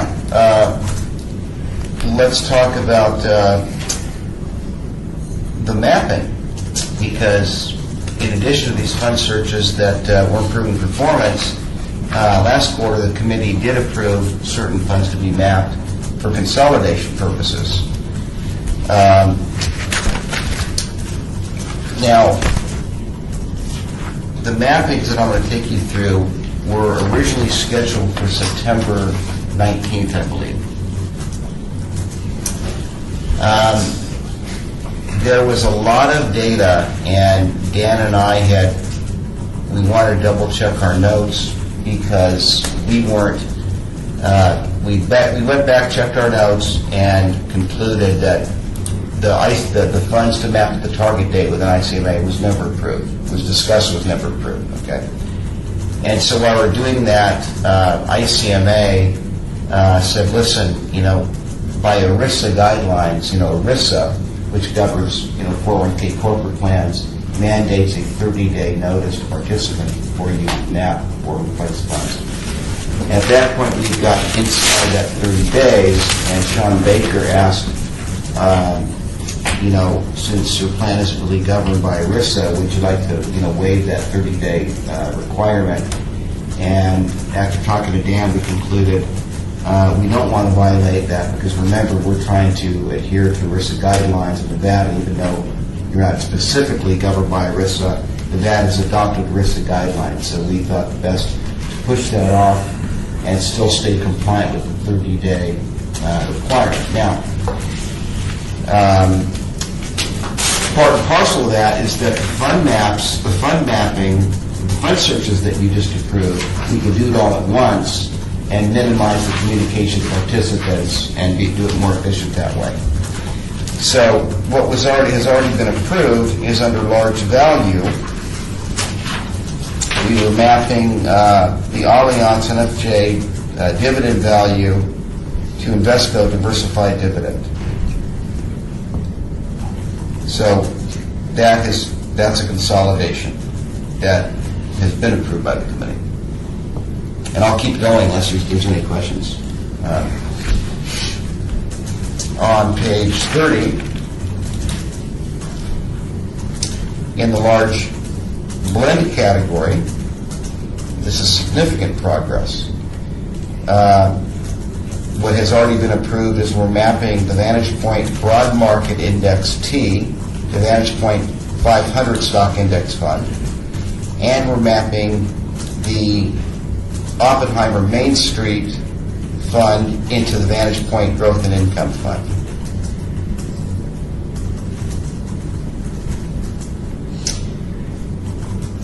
Continuing down, the Vantage Point Model Portfolio All Growth, you see the rankings, and this is what Dan had indicated as a consent, would be a consent agenda item. This fund will be placed on new watch.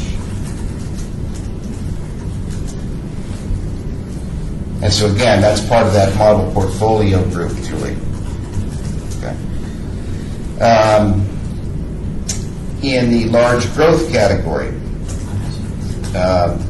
Calvert Equity A is being mapped into the T. Rowe Price Growth Stock Fund, and the Vantage Point Growth T is also being mapped into the T. Rowe Price Growth Stock Fund.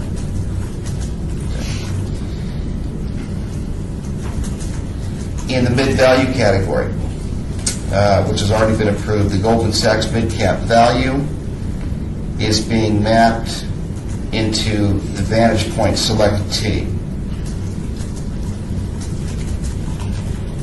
Now, changes in rankings don't always make what's been approved, validated and as good decisions, but you're still going on Vantage Point From Select worst to T. better. I still go from worst to better. Yeah, Still yeah, consolidating. that's right. Okay. The less worse. On page 31, the Harbor Mid-Cap Growth Fund has been on watch since the first quarter, so only this is the second quarter, and it has significantly improved. It's gone from 54 to 41 on the 3-year, and it's gone from 55 to 35 on the 5-year. I'm sorry, this lost you. On page Or on 31. page 31. Harbor mid-cap growth, under the mid-cap growth at USA.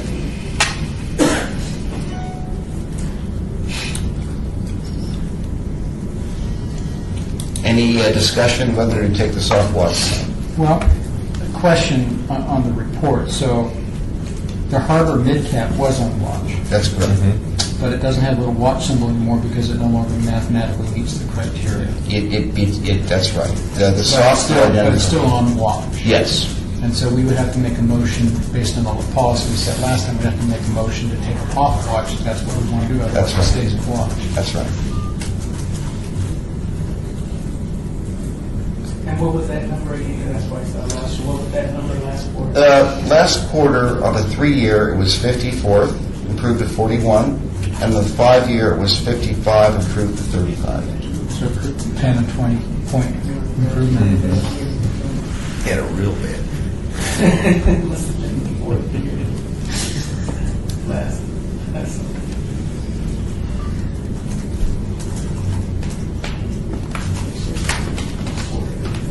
Well, I don't know what harm it is to take it off the watch, because if it mathematically could theoretically go back on under the consent process, so it's not like it's no harm, no foul. I don't have a problem making a motion to move it off the watch list. You do? No, I said I don't. Yeah. I'll make a Yeah, motion go to ahead. Well, move.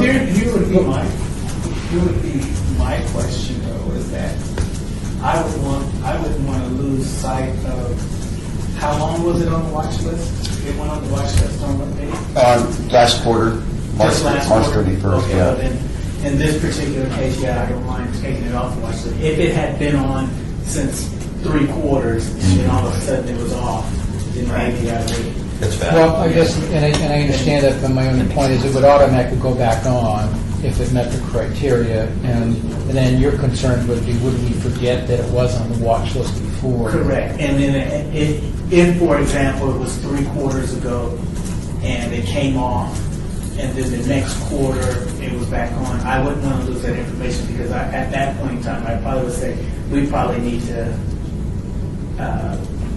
map it into something else at that point in time. But in this particular Yeah. case, If we had a fund that kept going on and off the Correct. watch list over time, after a while, you were a little leery of it and say, there's got to be something better. correct.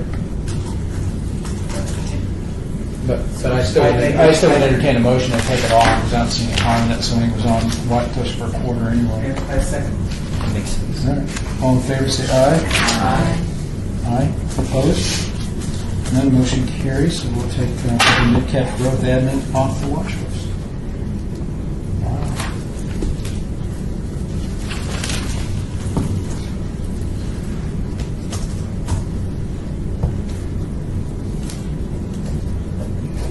Good, all right.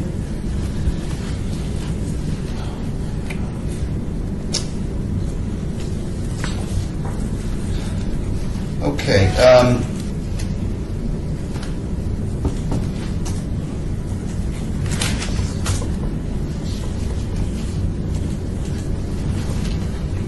this Times Square mid-cap growth, if you go to the performance,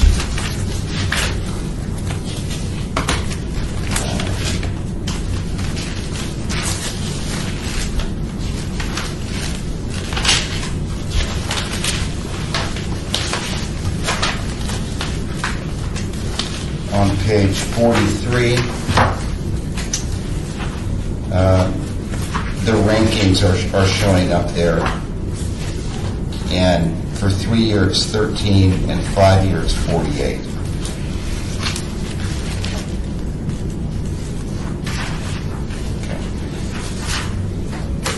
Vantage Point aggressive opportunity tape.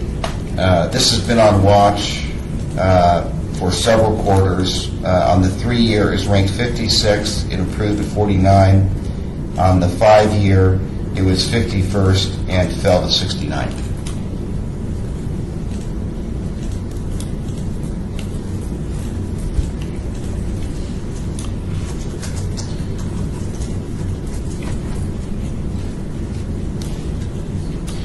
And it's been a watch for several quarters. There might be an opportunity presented to consolidate in Times Square.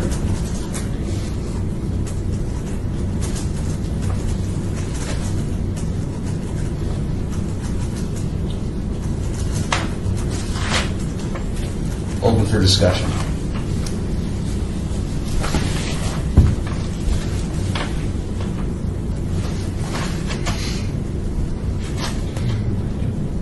Or we can keep it on watch. It did fall on the 5 year, it improved on the 3 year, but still mediocre.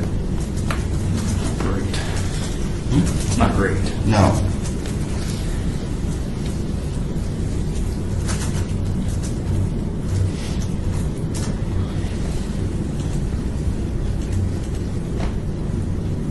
Describe to me what you're proposing the options would be again, what you should propose Well, options would be? This fund has been on watch for several quarters. And again, we're talking about, Vantage Point aggressive opportunity. okay, that's fine. Yeah, and it's still very mediocre, and at the very least, it would keep on watch. But you could also, again,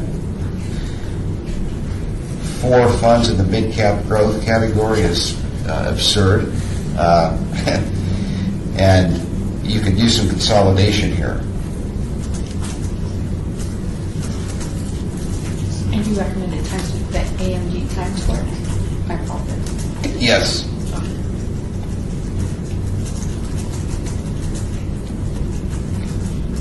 It looks like it's doing pretty good.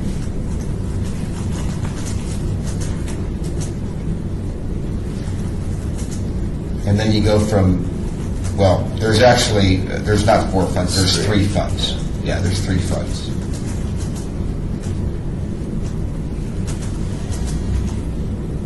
Because that Times Square mid doesn't count, right? Right. Yeah, got Yeah. it. Yeah. It's coming up twice, essentially. Okay, thank you.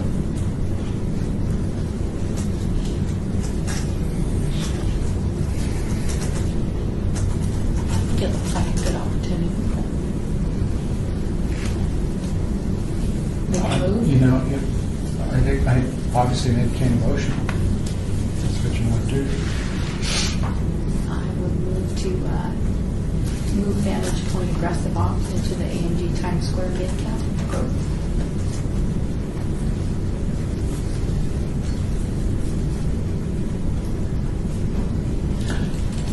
I'll second the motion. Any discussion? More discussion? All in favor, say aye. Aye. Opposed?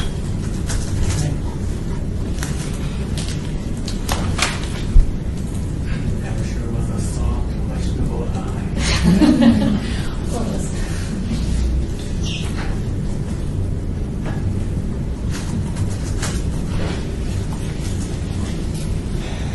Okay.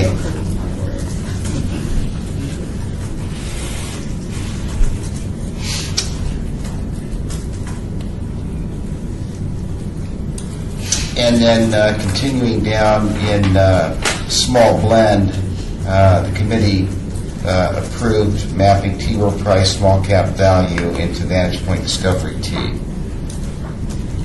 And that'll be, we're going to, again, as I said, what was scheduled for September 19th, we're going to put off maybe a month and do all one movement, one notice to participants.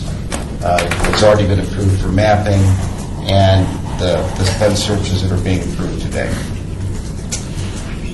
And then going down in foreign large blend, what has been approved is we're mapping the Harbor International into Fidelity Diversified, and we're mapping the Vantage Point International into Fidelity Diversified. And so that's really good stuff, because in the large blend category, we're going to have one actively managed fund and one index fund. And then on page 32, Nuveen Real Estate's doing extremely well, and you get into the Vantage Point milestone funds, and here's the rankings of the target date funds that we talked about, maybe mapping the model portfolios in. Rankings are good. The milestone retirement income fund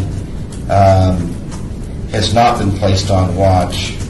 The rankings certainly would support a watch be put on it. But again, when you look at that fund in aggregate of the rankings of the whole series, they're all very, very solid. Well, I think this just rolls into the discussion we'll have next time. Okay. Mm-hmm. Okay.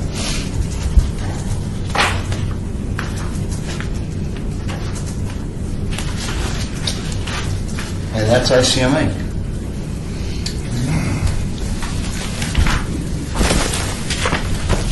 So we've just got a lot of changes that are already approved that are in process. All right, so this is to Mass Mutual. You want to take a break? Potty break? Sure. Clerk can use your break. That's good. She is going to have the best deferred comp. So,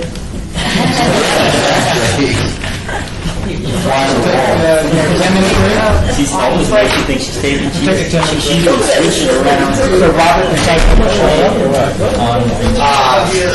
Because I literally, I mean, my fund has been on the watch list forever. I did figure it out. Yeah, I still don't like it. I still like You got a little thing there, and then you got to drag this down to the line.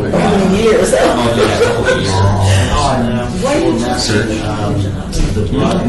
Down there. I need to change it. So then you put the box where you want, but here's what's weird about it is you Every time I think about it, I think, well, I get distracted, or I can just forget about it. Yeah, because that's why I wanted to make sure I wrote down on there what it was. And then I hit the wrong button and pulled up the screen that I didn't need. Yeah, It seems like a lot of extra work, right. you know what I'm saying? It just kind of keeps it a little bit neater, not much. If you were doing some real fine stuff, Right. that would make some sense. I think you That's can what it is, a little I think you can bit. take text in that box too. You can, but then, Hey, so does anybody know how to get, this thing was charging, and it doesn't have no power, so this keyboard just goes. Does anybody know how to? Keyboard? Yeah, keyboard doesn't work. You should. When you Okay. plug it in, it should be hardwired to there for charge, but maybe not. There's a port here. Yeah, there was a port. It was charging for like 2 hours this morning. And for whatever reason, can't get it to work, so I guess I'll have to figure that out. you get power in there, and it's blinking. Yeah, because it's blinking and it's showing power, Yeah. but it's like it just doesn't, it's not functioning. So I was just curious if anybody else. You have a keyboard. Huh? You don't have a keyboard? You know what? I think. Try now.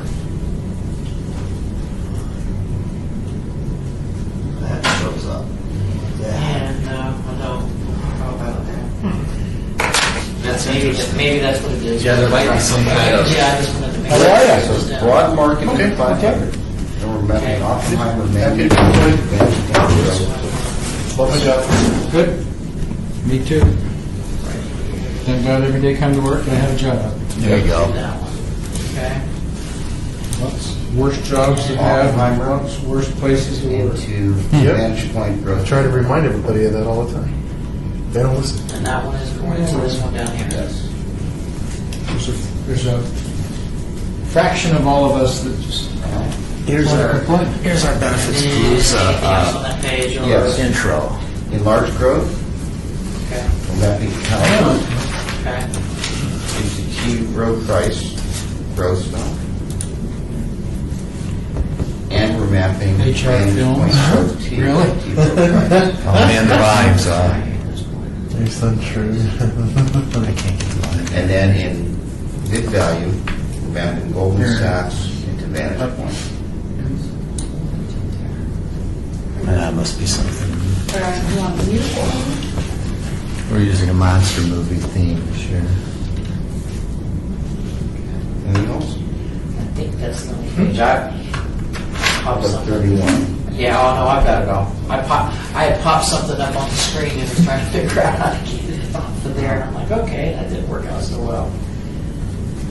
So now we're going to leave this line.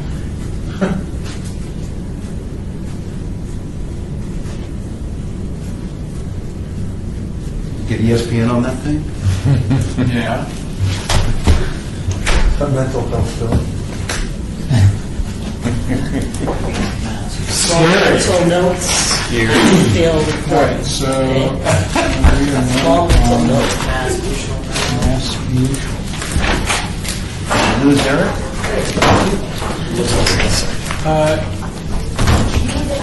He went that way. I thought. Might be up to gap in something. I'm going to take a few minutes. I've got to go make a couple of phone calls. I'm the only person running the ship right now, so. I just placed out somebody's running.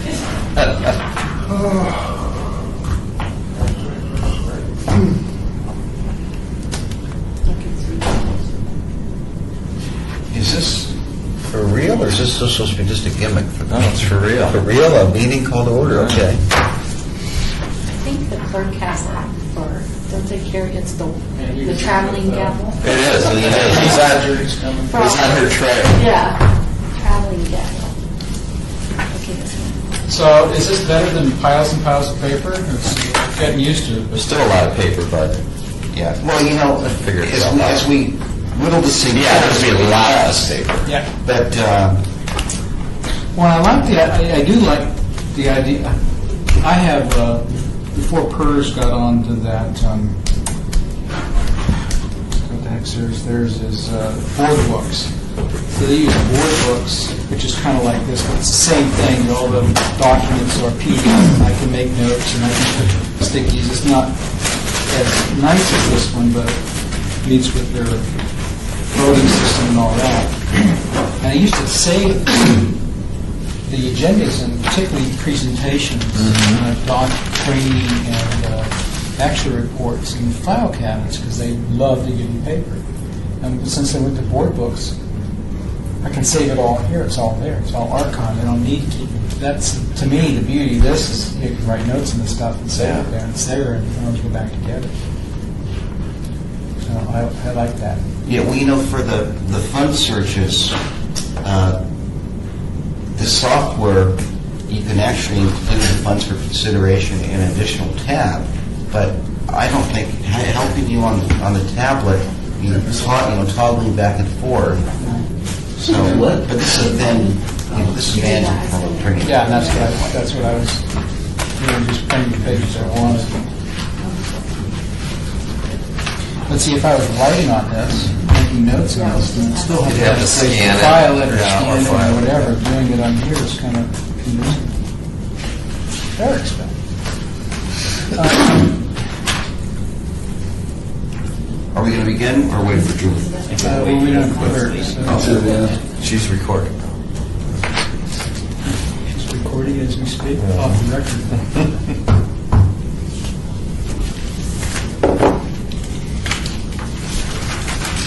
So we have a term sheet, we have a press release, just not sure if we have votes.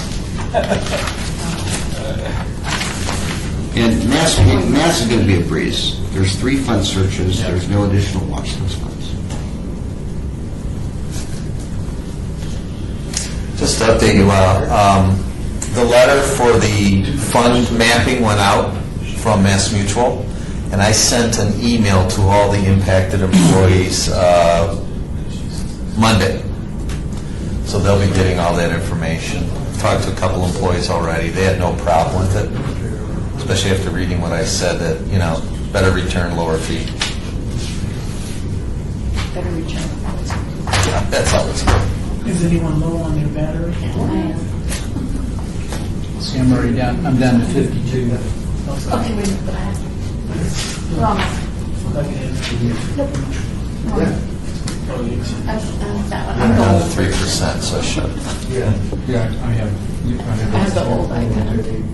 So it's not, Whatever version. that's, So it's tell me. I'm in 38, I should be able to be okay. Yeah, let's do it.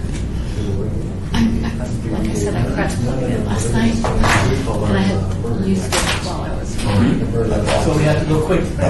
Former boss. What happened? She resigned. We can't discuss it. Can't discuss.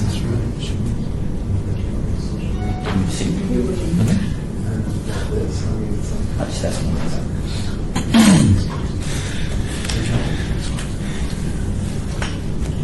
This team just goes on. It's enough to me how much actual turnover we have. Voluntary and involuntary. Well, then what happened? That was yours. Palm Springs. I just asked her. Maybe it was too cool here. She moved to Palm Springs? No, Planning director. planning. You want to get out of the heat? I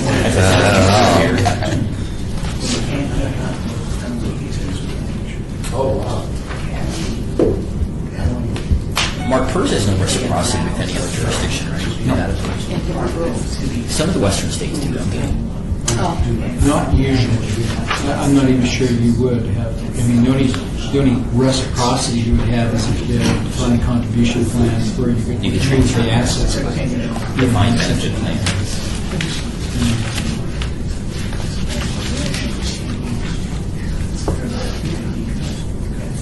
But if you leave and you're vested, you would collect at your age of 60 based on the 3 years you last in public jurisdiction here. And this, in Nevada. Yeah, there's no bump in your salary to accommodate the fact that you didn't work here for 10 to 20 years. You didn't earn some credit. Even though You better theoretically, buy your time soon, because I bet this session or the next session will eventually give you the ability to buy time. They're not going to let you buy this. I'm just, my gut is that that'll be one of the first things we're waiting for the. Because not a lot of plans have that, and it's not a terribly costly offer. It is difficult to explain. I just thought it would be easier. Now you can retire in 30 years, but you're not even 60 yet, because you bought 5. All right. Or 20, or 25 to get to 25. Right. All right.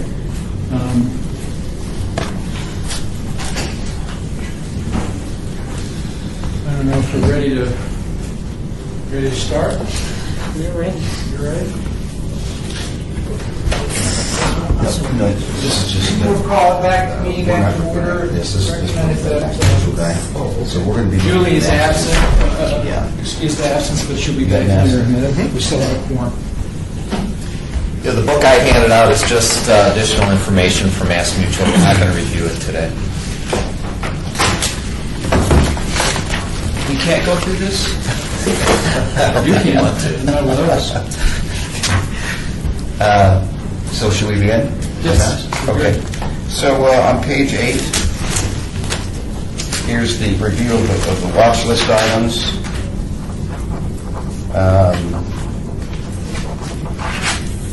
See, we had some funds since third quarter 2013 on there.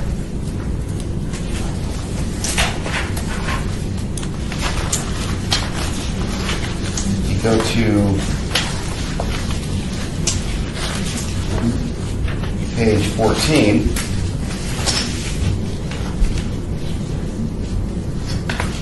Here's the asset levels in the various funds. And you can see leading up to page 17, $138,925,702 of about almost $4 million quarter over quarter, or not from the last quarter. Significant growth.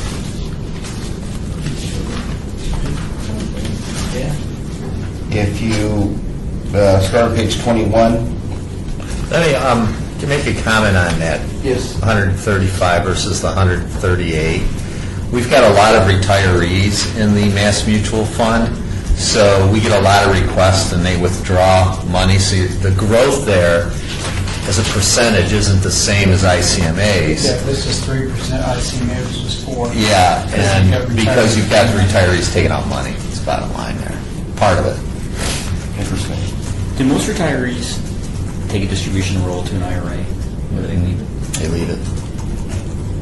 4% general account. Yeah, but you're saying the distribution, they're not rolling on it, they're just taking. Well, some of them are 70 and a half. They have to take it, and others just, I need $1,500 or I need $10,000. It's just take it once in a while. Right. Sort of like self-annuity, self-directed.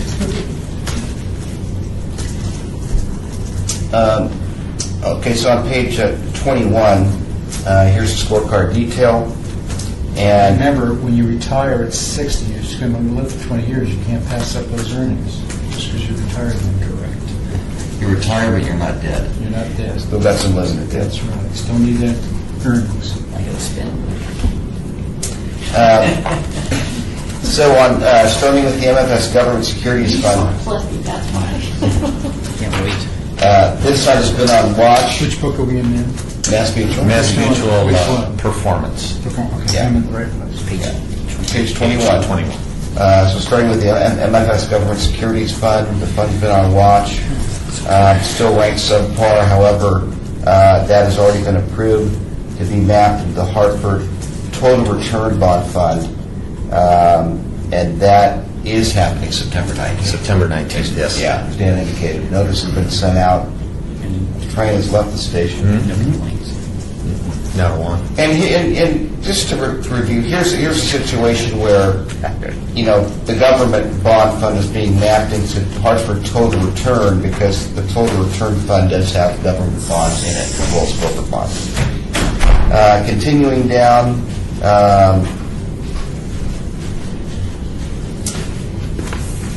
just to point out, the Oak Equity Income Fund rankings are deteriorating. Last quarter it was on the 27th percentile. On the 3-year, it's fallen to 48th, and for the 5-year, it's gone from 94, slightly improvement to 90. Just to point out, going out into large value, American Century Equity Income Fund has been on watch, and mapping is underway, been approved. That is being mapped into the Hartford Dividend and Growth Fund.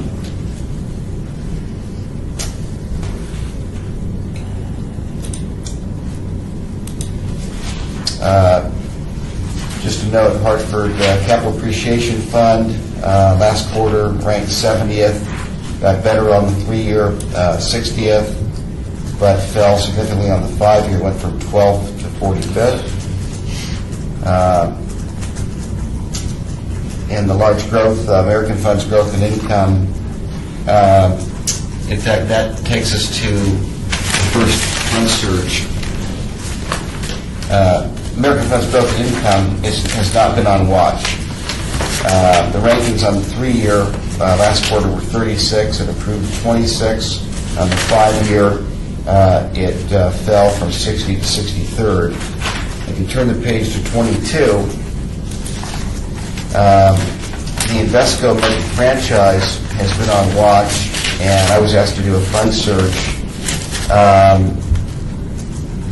Ironically, the rankings have improved significantly over the last 3 quarters on the 5-year.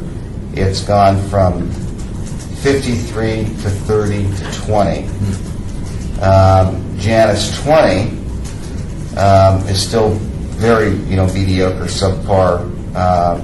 Last quarter on the 3-year was 46, it was 44, fell to 46, and on the 5-year it was 88 and fell to 96. So if you go to page 5 on the fund search, I'll show you where there's an opportunity to improve performance significantly, and also take 3 large growth funds that is highly unnecessary and consolidate into one.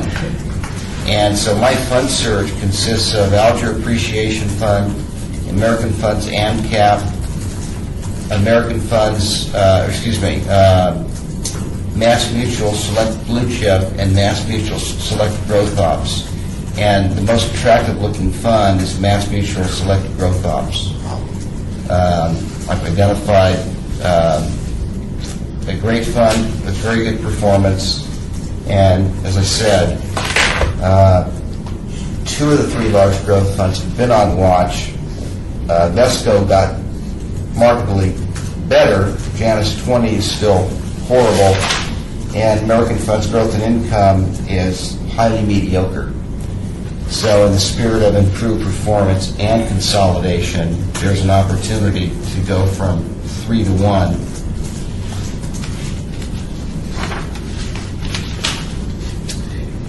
Looking at the growth chart on page 17, for Mass Mutual Select Growth Ops. Yes? I was just looking at the. I guess that's for $10,000. It's for $10,000 in 09. So okay, just looking at the performance, how it's done so much better than Morningstar or Russell. Yeah. These last year. Right, and if you look on page 7, you can see, if you focus on the Mass Mutual Select Growth Ops, their performance on 3 and 5-year, and the rankings, 3 and 2 respectively, the highest alpha, the highest Sharpe ratio,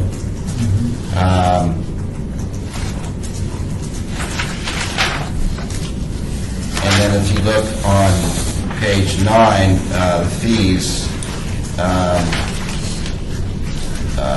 1.13% is an increase in fees, but the performance justifies it.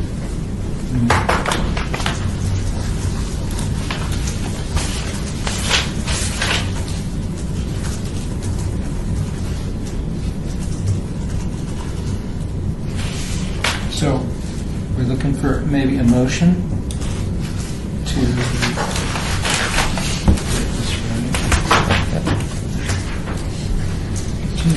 Just make it back. It's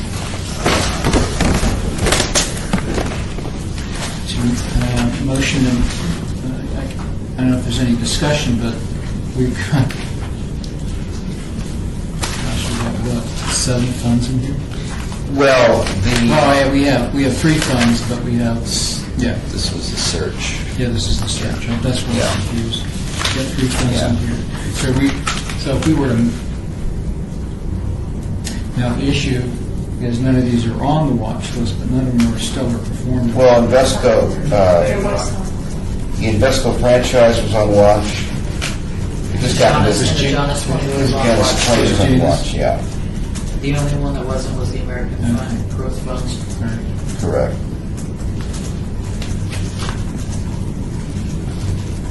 And we're talking about moving from Mass Mutual Select. Can I ask a question? Why not the Hodgkins that's 2 and 1 down here in the same? Oh, no, that's a different It's a category. mid- Oh, Different category. Oh, okay. Yeah. Oops, sorry, got to the wrong place. Got ahead of myself there. That's next. That's nice. It's Macintoshes and Braeburns. Huh? It's not apples and bananas, but it's Macintosh and Braeburns. Okay. Apples. Oh, Braeburns, very nice. Okay, Braeburns, okay. Ready. Okay, nice. Fuji.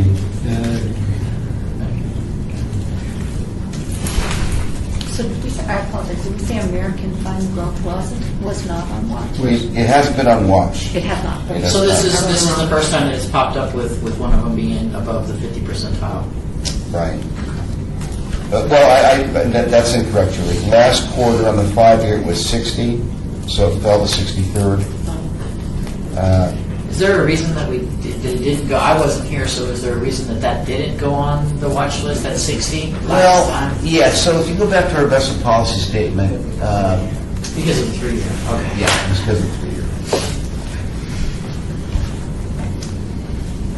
And then if you do approve the 3-1, what that takes us back into that, what I think is a preferred fund configuration where in large growth, you have one actively managed fund. In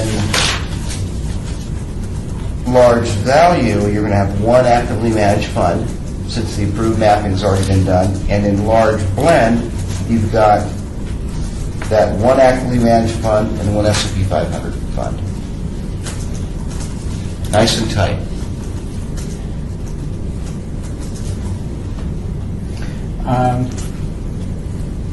If there's any more discussion, I'd make a motion to map American Funds Growth Fund, American R4, Vesco American Franchise A, and changes 20T to Mass Mutual Select Growth Ops. Second, all in favor say aye. Aye. Opposed?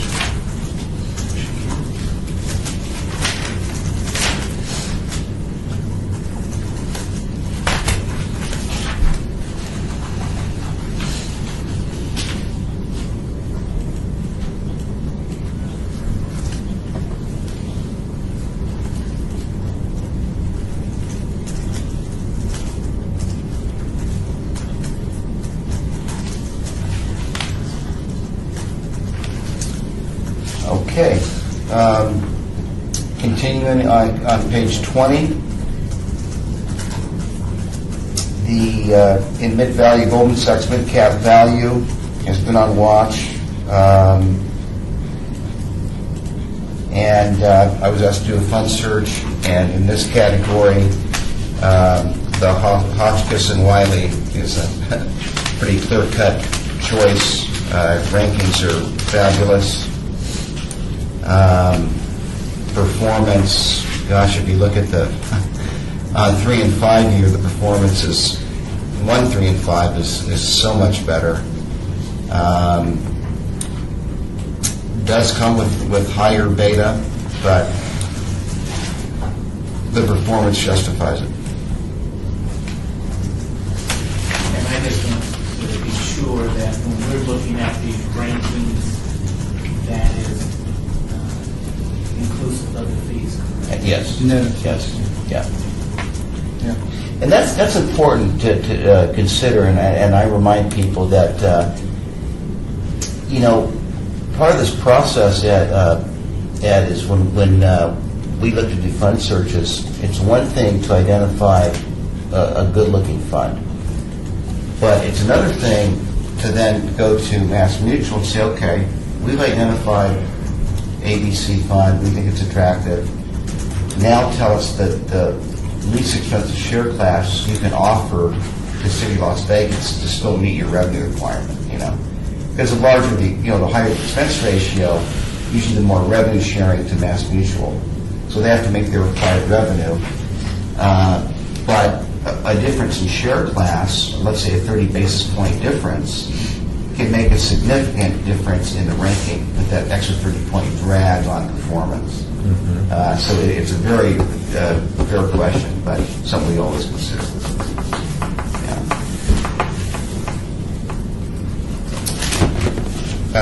So the Hotchkiss and Wiley, Is that an obscure fund? I've never heard of them. they're around. Old school. Is there a motion for that mapping? Motion to map gold mid-cap value to Hotchkiss and Wiley mid-cap value A. Yes. Second. Motion second, any more discussion? Please vote. How much assets does Hotchkiss and Wiley have in that fund? Let's look at the thing. Go down there. Is it in the PDF? Yeah, He's alphabetical by any chance? it's got 8.7 billion. Small, but Yeah, on page 21 of the consideration. because it's new. Oh, there we go. So if you go to the top left where it says 877, 877 million, well, that's or is it 877 billion? That's million. the It can't be 877 million. Small, very small.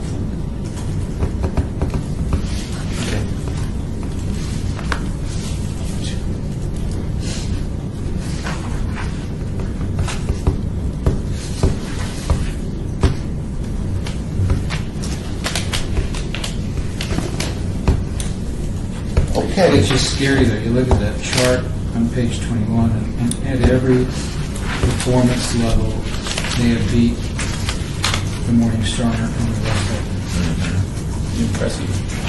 Think it's too hot to handle? It's a red dot. A hot dot, yeah. A hot dot. It is a hot dot. Indeed. You might regret this, huh? I guess we have to vote on it. Yeah, there was I did call for a vote. All in favor, say aye. Aye. Opposed? Okay, motion carries. So victory special value. Okay. In the mid-cap category, Victory Special Value A is being mapped into the S&P Mid-Cap Index. That's right. We're already doing Yeah. this. And I'm saying that the progress here is shaping up. And like I said before, in the mid-cap, well, on page 22, committee's already approved the Victory Special A is being mapped into the SSGA Mid-Cap Index. Yes. So we're going to have one mid-cap value fund, one mid-cap blend that's an index fund, and in the mid-cap growth, we have one actively matched fund. That's good. Now, continuing down on page 22, mid-cap growth, this has been a good fund. It's Hartford mid-cap over last year, or last quarter on the 3-year is ranked 15th, improved to 5th, and it was ranked 50th, improved to 14th. That's significant. Small value, look at these rankings, 2 and 10. Now, in the small value category, I want to bring your attention to this Skyline Special Equities.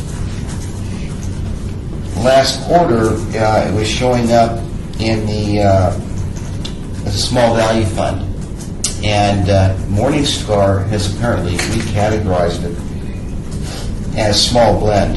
And I spoke with the fund management today, and they say, the fund still has a more of a value tilt to it, but the fact that Morningstar's recategorized it, I think is good for the plan, because now, instead of having, it's a very good performing fund, but we had 2 superstar funds in the small value category that kind of presented a quandary. What do we do? Now in small value, we've got that superstar Invesco with the rankings 2 and 10. And now in the small blend category, we've got the manager Skyline And if you go to page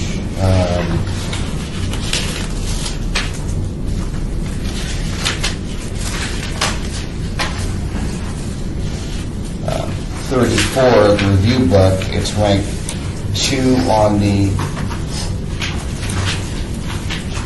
3-year and 4 on the 5-year. So that's good. We do have that State Street, the SSGA Russell Small Cap Index. There's nothing wrong with that. Rankings are fairly average, but there's no problem with it. Moving to page 23, just to point out a superstar MFS International Fund, ranked 1 and 2. In the large foreign large blend category, we are mapping Janus Overseas to Hartford International. In the World Stock category, American Funds, Capital World Growth and Income is on watch. Last quarter, the ranking was 37. It fell at 41 on the 3-year. On the 5-year, it went from 63 to 62. Small improvement. It's probably best just to keep that on watch. Agree.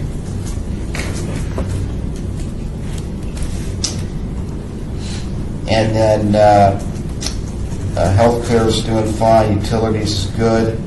Get into the real estate category, Invesco has been on watch, and I have a fund search here. And, this isn't a very, there isn't a whole lot of funds in this category, and really the only option that look attractive is American Century Real Estate. You see good ranking 17 and 22. We're on page 5 of the consideration funds. And if you compare it on page 8 to the performance, better performance in every time observation, improved rankings, better alpha.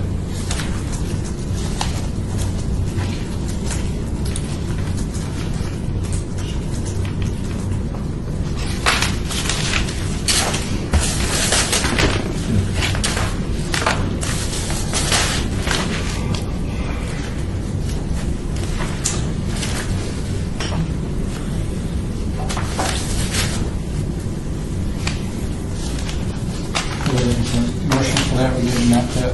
Yes, the Invesco to American Century. I make a motion to map the Invesco Real Estate A to American Century Real Estate A.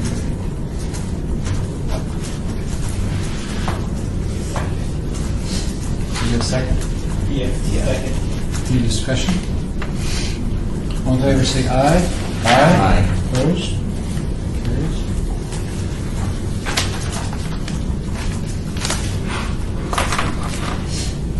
And on page 23, as you can see, in the target date category, it was sometime in June where Mass Mutual replaced the State Street low-ranking fund with T. Rowe Price. So for now, the software is picking that they're both showing up here. It was, I think they were replaced on June 16th. However, when you look at the investment section on page, if you go to page 16, you can see where all the State Street funds have zero balances, and all the balances have been transferred over to the T. Rowe Price funds. Just to point that out. But on page 24, look at the difference in rankings. Amazing, right? Well, there's a good decision.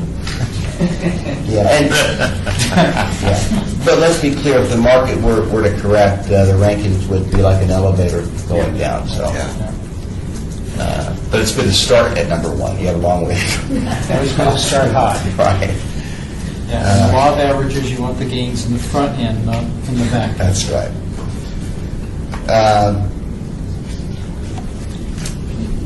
So that's it. Wow. Cool stuff. I can't, we've accomplished so much in probably the That's least because amount we're of time. learning so much as we go along. It's starting to make sense to us.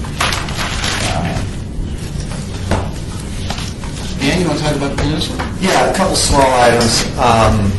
I sent everybody an email about the Palooza, so you got all the statistics and stuff, which was really cool. Did a survey on, I think I got about 40 or 50 back, something like that, but 85% of the participants took some sort of action on their deferred comp plan. That's huge. That is really, really good. I am now doing an investment and retirement Palooza roadshow at the West Yard, East Yard, and the DSC. Just started those last week. And MetLife, of all people, has a presentation. It's broken up into modules. It's really basic investing and that sort of thing. And getting a lot of good attention from the participants. There's only about 30 between both of them. We're doing the East Yard this week. So I think there might be 45 people, but the people that are in there are really paying attention. You know, these are guys that have been working in the heat all day, start at 5:30. They're paying attention at 2:15 or 3:15.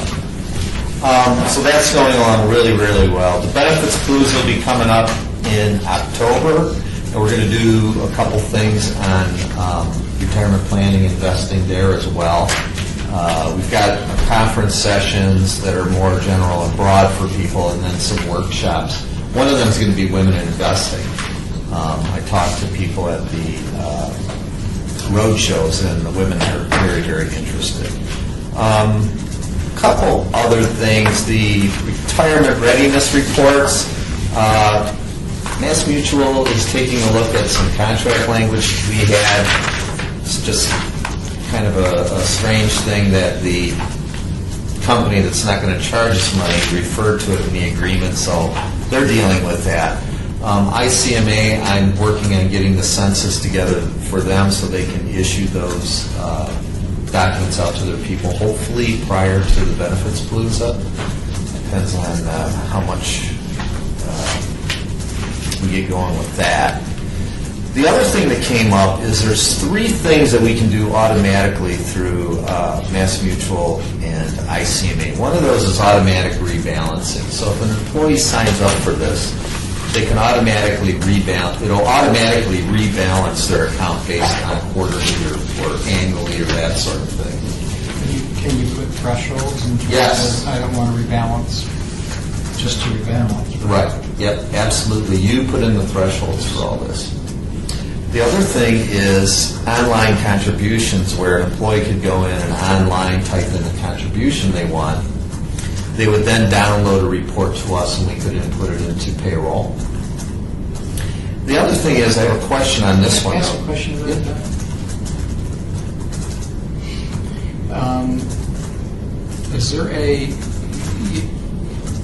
Is it possible that we can set both the payroll and the plan systems up so that we would have a choice of a percentage or a flat amount? I think percentage is an Oracle issue, if I'm not mistaken. We need to, at some point we need to revisit that. Yeah. You always plan out that. It's the matrix.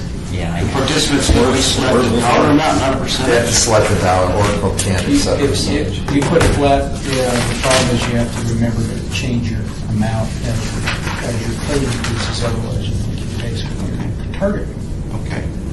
The other option they have is auto increase, so that you set in the parameters and the system will automatically increase your contribution.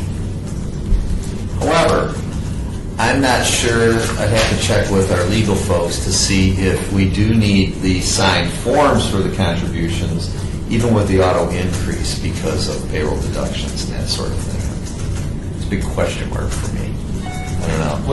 What's on the form that you need to have a signature? It's like any other payroll deduction, medical. But we do things online. I mean, It's just one of those things that's a little nerving to to me. So I'd rather be They safe change than sorry. W-4s online Yeah. weekly. Paper that paper. So those are three options we'd like to take a look at. The other thing is the Roth 457. The survey results that came back indicated 83% of employees were very interested in having that option. We had a lot of people, I had a lot of people ask that question before this committee started, that was one of the things that they wanted to see us do, was add that option. Yeah. That's a big number. Wasn't it, I think we're talking to Sean Baker, and the question was, what kind of traction is the Roth 457 getting? And they said the plans that are offered, there's actually very little activity now that it's being offered. Yeah. Now we could Oracle can handle it. It's just us internally fixing it. I think based on the calls I get, I think it would be pretty well received. I mean, I for one would use it. And we have two options. We go with the Roth 457, which operates within the 457 plan, and or have a Roth IRA. I would probably stay away from the Roth IRA just because of, I think there's income limits and that sort of thing, which we wouldn't know about. We can the offer Roth an IRA. 457. What's that? How can we offer an IRA? It would be a separate, it would be outside of the 457. See, there's a Roth 457. I venture to say a good percentage of city employees don't qualify to contribute to a Roth IRA. That's true. The other thing is with the Roth IRA, you can take your contributions out after, I believe it's 5 years, which I think in the city is very dangerous because I could see a lot of people just doing that and not thinking about it. I get a lot of people requesting, I get a lot of requests for people saying, hey, I want my money. And, well, is it an emergency? No, I needed a roof and get a loan. I already have a loan. And giving them access like that is a little scary. But the people do want Roth 457 for sure.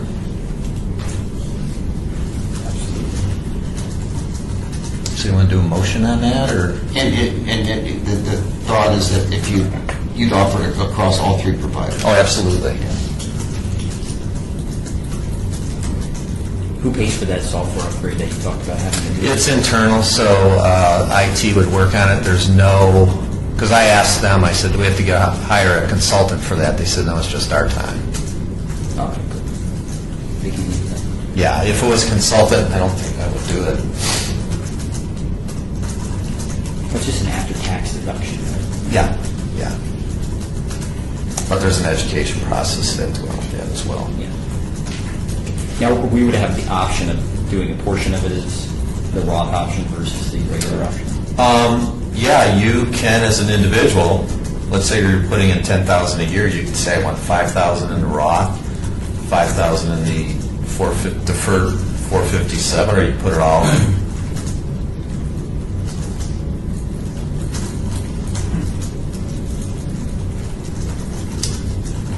Any comments on that?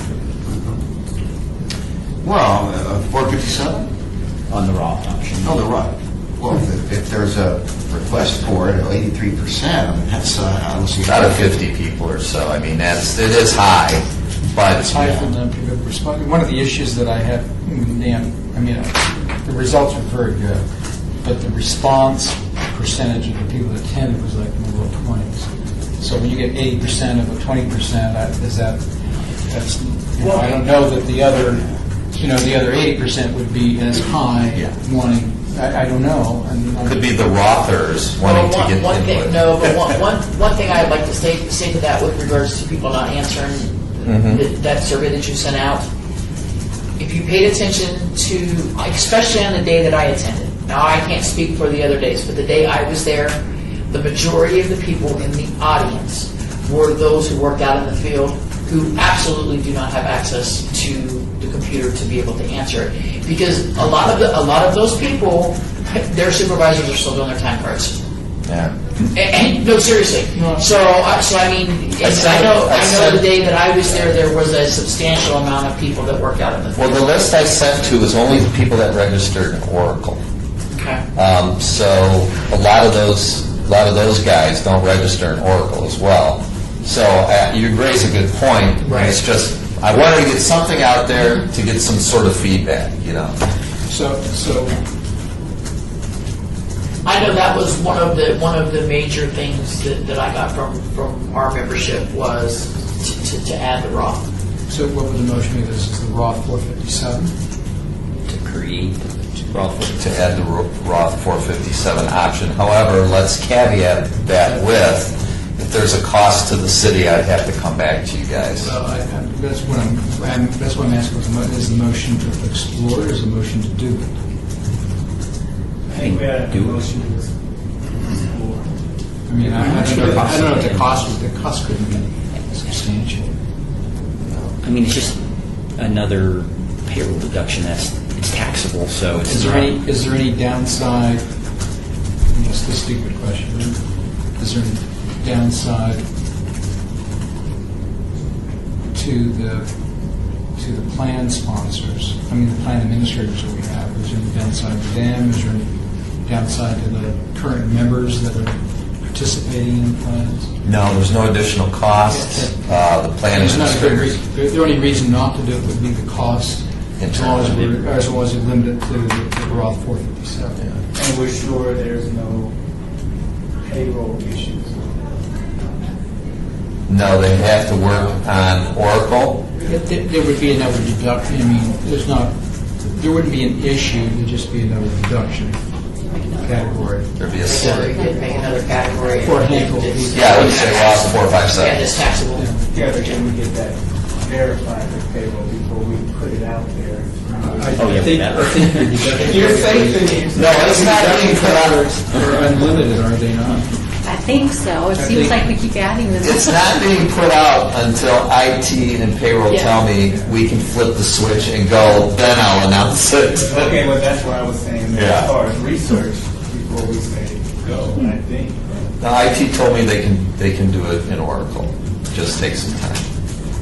Name that You too. report coming in right now. Yeah, I Can I know. ask, I don't know if it's a consideration with the 457, but I guess even if you never did the Roth 450, even if you never did the Roth feature, what systems do you have in place now to govern a participant across 3 different providers from going over the IRS limits of 17.5? Oracle does it. Oracle does it. Yeah.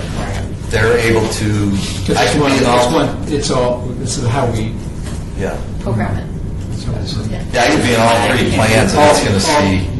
all three deductions today are mapped to the same formula. So it's just a matter of mapping the formula where we put the limits. So you could actually have all 3 plans as long as you grew up the max amount.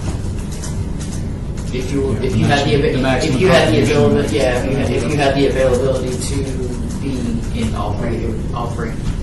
I know for most people, they have just the 2, and then the Rusty's group has the ability for the nationwide. I mean, it astounds me that people would want to be in all 3 plans or 2 plans or however, that cracks me out. I suppose have there's a the- fund over there that they want, you know. I used to have the view that the more funds you had, the more diverse you were, even though then you started realizing the funds in the same fund family start investing in their own funds, and it becomes a big... It's very incestuous. You got to do that's right. I can certainly see where somebody could have money, like Rusty pointed out. If you look at the nationwide plan, there's very little in their stable value fund because most of the people for that category live in the heart, live in Mass Mutual. 4%. Right. By the way, I talked to Robert Ferneri yesterday. Is this bad news? No, it's Just says the name and you don't know. it's information. I worked with these 3 providers of these fund searches, had a little bit of a difficulty with him, and he felt bad about it. And he wanted to meet with me, and he said, "Listen, just between you and me, we're having some integration issues of Hartford becoming Mass Mutual, and the internal process is different." I had to go around a few times for me to get the accurate answer on the share class and everything. But he was apologetic about that. And I was asking, I said, listen, by the end of, and the meeting is still in, we haven't adjourned, right? Yeah, we haven't. And I'd asked him, I said, by the end of the year, I want to do a fee analysis with the city and, benchmark. I said, even though there's no, consolidation plans, 3 and 2, anytime soon. We want to make each of the 3 providers the best they can be, independent of themselves. But it's still, the city still deserves to know how a $38 million ICMA plan is priced relative to other $38 million plans, and a Mass Mutual $138 million plan is priced relative to other $138 million plans. And I said, whenever I ask you, what's required revenue, I feel that you become uncomfortable with that question. And he says, no, he doesn't, because he never told it to me. He says, and the way he responds is that, if Mass Mutual or any provider was trying to win new business, they would submit a proposal and quantify what the required revenue is based on the revenue share to meet their profit requirements, and then they can build in additional revenue if you want to pay a consultant from the plan, or have additional to pay for education or for mailings or audits, whatever. That's all legal and fair to do, and then you build on that cost, build the required revenue. And he said, well, this is true. If you're bidding on new business, we would certainly quantify that. But he says, since this is not a required revenue plan, we don't have a particular required revenue. I said, well, when I benchmark it against other plans, if the city sees that, the marketplace average, required revenue is 25 basis points, and if you're making 50, well, then where's the other 25 basis points going? Because again, in a competitive scenario, the excess revenue could be credited back to participants as well. So it becomes very murky when you're trying to get So this. is he trying to tell you, he can't tell you what that cost is? I mean, he's told you that they don't have a required revenue requirement. Yeah. He says they don't have a required revenue requirement, but he says he can tell me what their revenue is. But he can't tell me what the required revenue is because they don't have it's not a required revenue plan. So how often does it fluctuate? It's not going to fluctuate at all because every investment in the platform has a revenue sharing to their record-keeping operation. Well, let me ask the question. Let me ask the question even more basically. Yeah. So if the other administrators have a revenue requirement, could they have higher revenue above that requirement if they so negotiated it with these other funds? Yes, they could. Yeah. So isn't the real question you need to ask of all three of those, what is your actual revenue falling down from these? Well, yes, when I do the benchmark report, we will quantify what the revenue is. Actually, yes. Yeah, and now... Irrespective of the required revenue. That's right. Now, nationwide, Marshall Goff has been really a pleasure in his dealings. Not to say that the other two aren't. I don't want to suggest that at all. But he's quantified. He says our required revenue is 40 basis points. So if you take it nationwide, it has what we say 28 million or so. Okay, so 40 basis point requirement.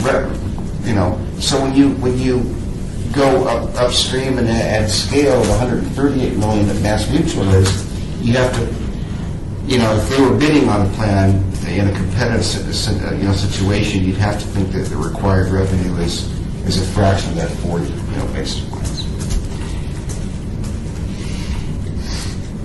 The other element of murkiness with Mass Mutual is that you have this 138 million, you've got 48% of it in this general account. Well, the general account is a registered fund. They're not required to quantify what their fees are, and so they represent that there's. Nobody cares when you're getting 4%.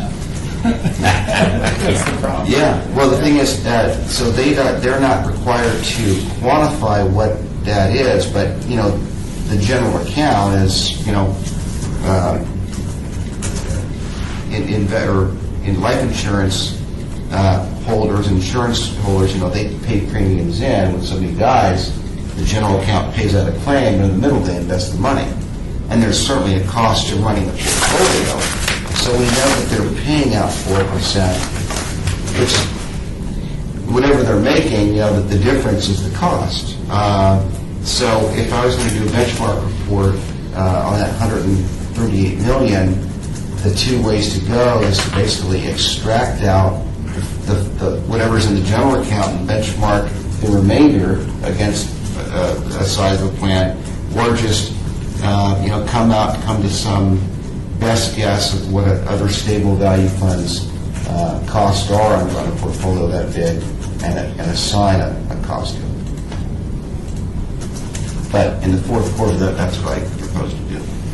Well, if you pull out that stable value fund and do the cost analysis and what's remaining, the presumption then, so you tell me that it's X percent, X basis points. The logical person might say, well, I assume that's at least what the cost is for the other fund. No. I didn't know assigning a big cost to it unless they revealed it to you. I don't know where they catch you. Yeah, and the other thing that Robert said that was very interesting, I said,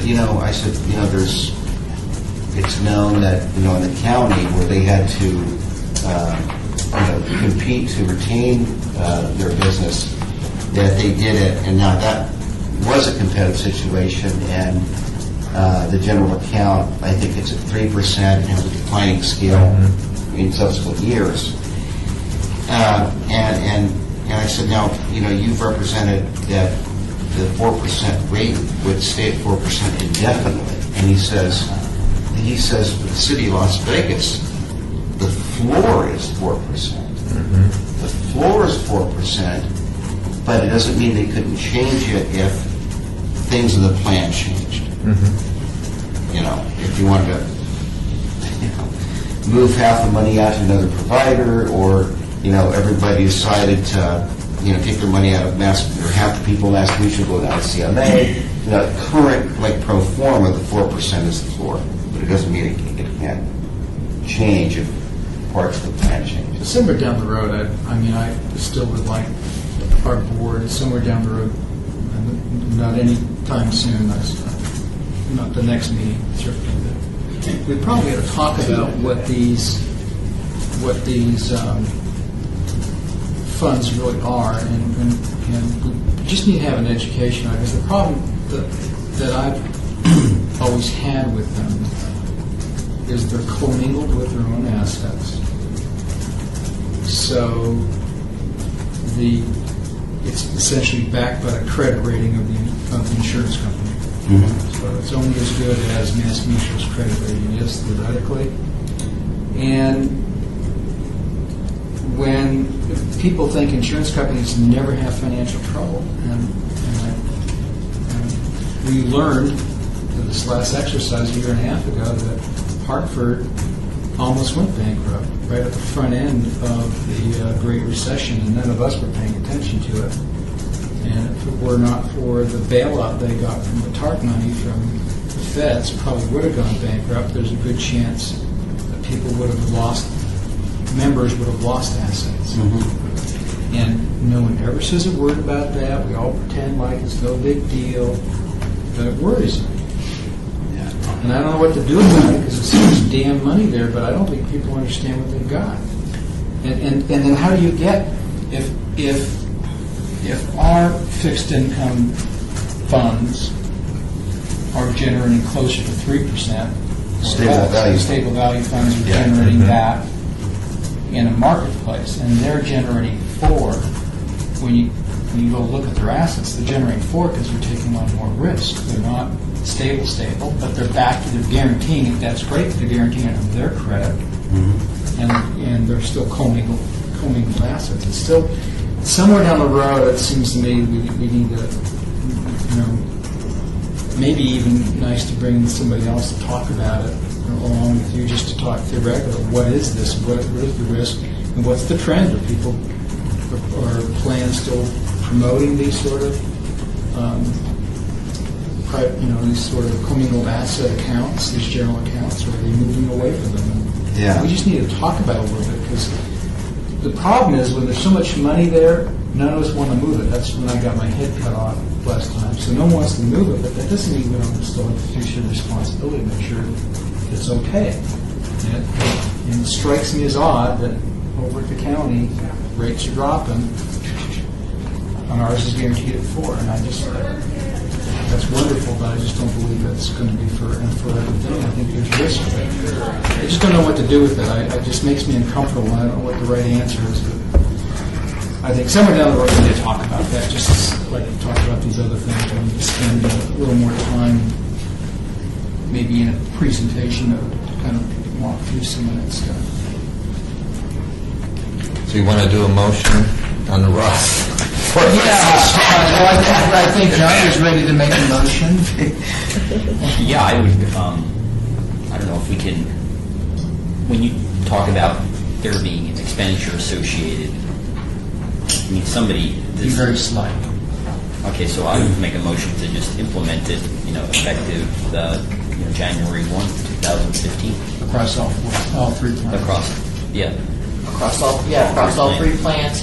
Just I add a little bit to John's, and we want to make sure that it's going to, that it'll be able to happen from IT and Oh, yeah, I finance know. as well. No way am I going to say The target goal would be to implement it come January Absolutely. 15th. Yeah, I just can imagine it's a problem, because instead of having three deductions, we have 6 potential deductions, 2 for each plan. I don't think it's a big deal. Or you just designate it on the split on the plan side. And I'll second John's, I'll second his motion because that. All in favor, say aye. Aye. Opposed? Motion carries. When do you think it'll roll out? First of the year? Yeah. I guess like a good response to my Do we have any other agenda items? I always mention one last thing. Between last meeting and this meeting, I had 2 separate calls with Rusty on concerns that he had with targeted funds and the mapping, the fund searches, and my recommendations. And I viewed such an opportunity to make this progress that I hope everybody agrees we have some pretty good traction and inertia right now. We're really starting to see the fruits of our efforts here. But the point I want to make is, in between meetings, everybody here is welcome. If you have any questions, I'm available anytime. I talk to them on Sunday. Anytime you're available to call me. If you have any questions or concerns. Appreciate that. Anything else? Any other business? All right, we will adjourn. Thank you, everybody.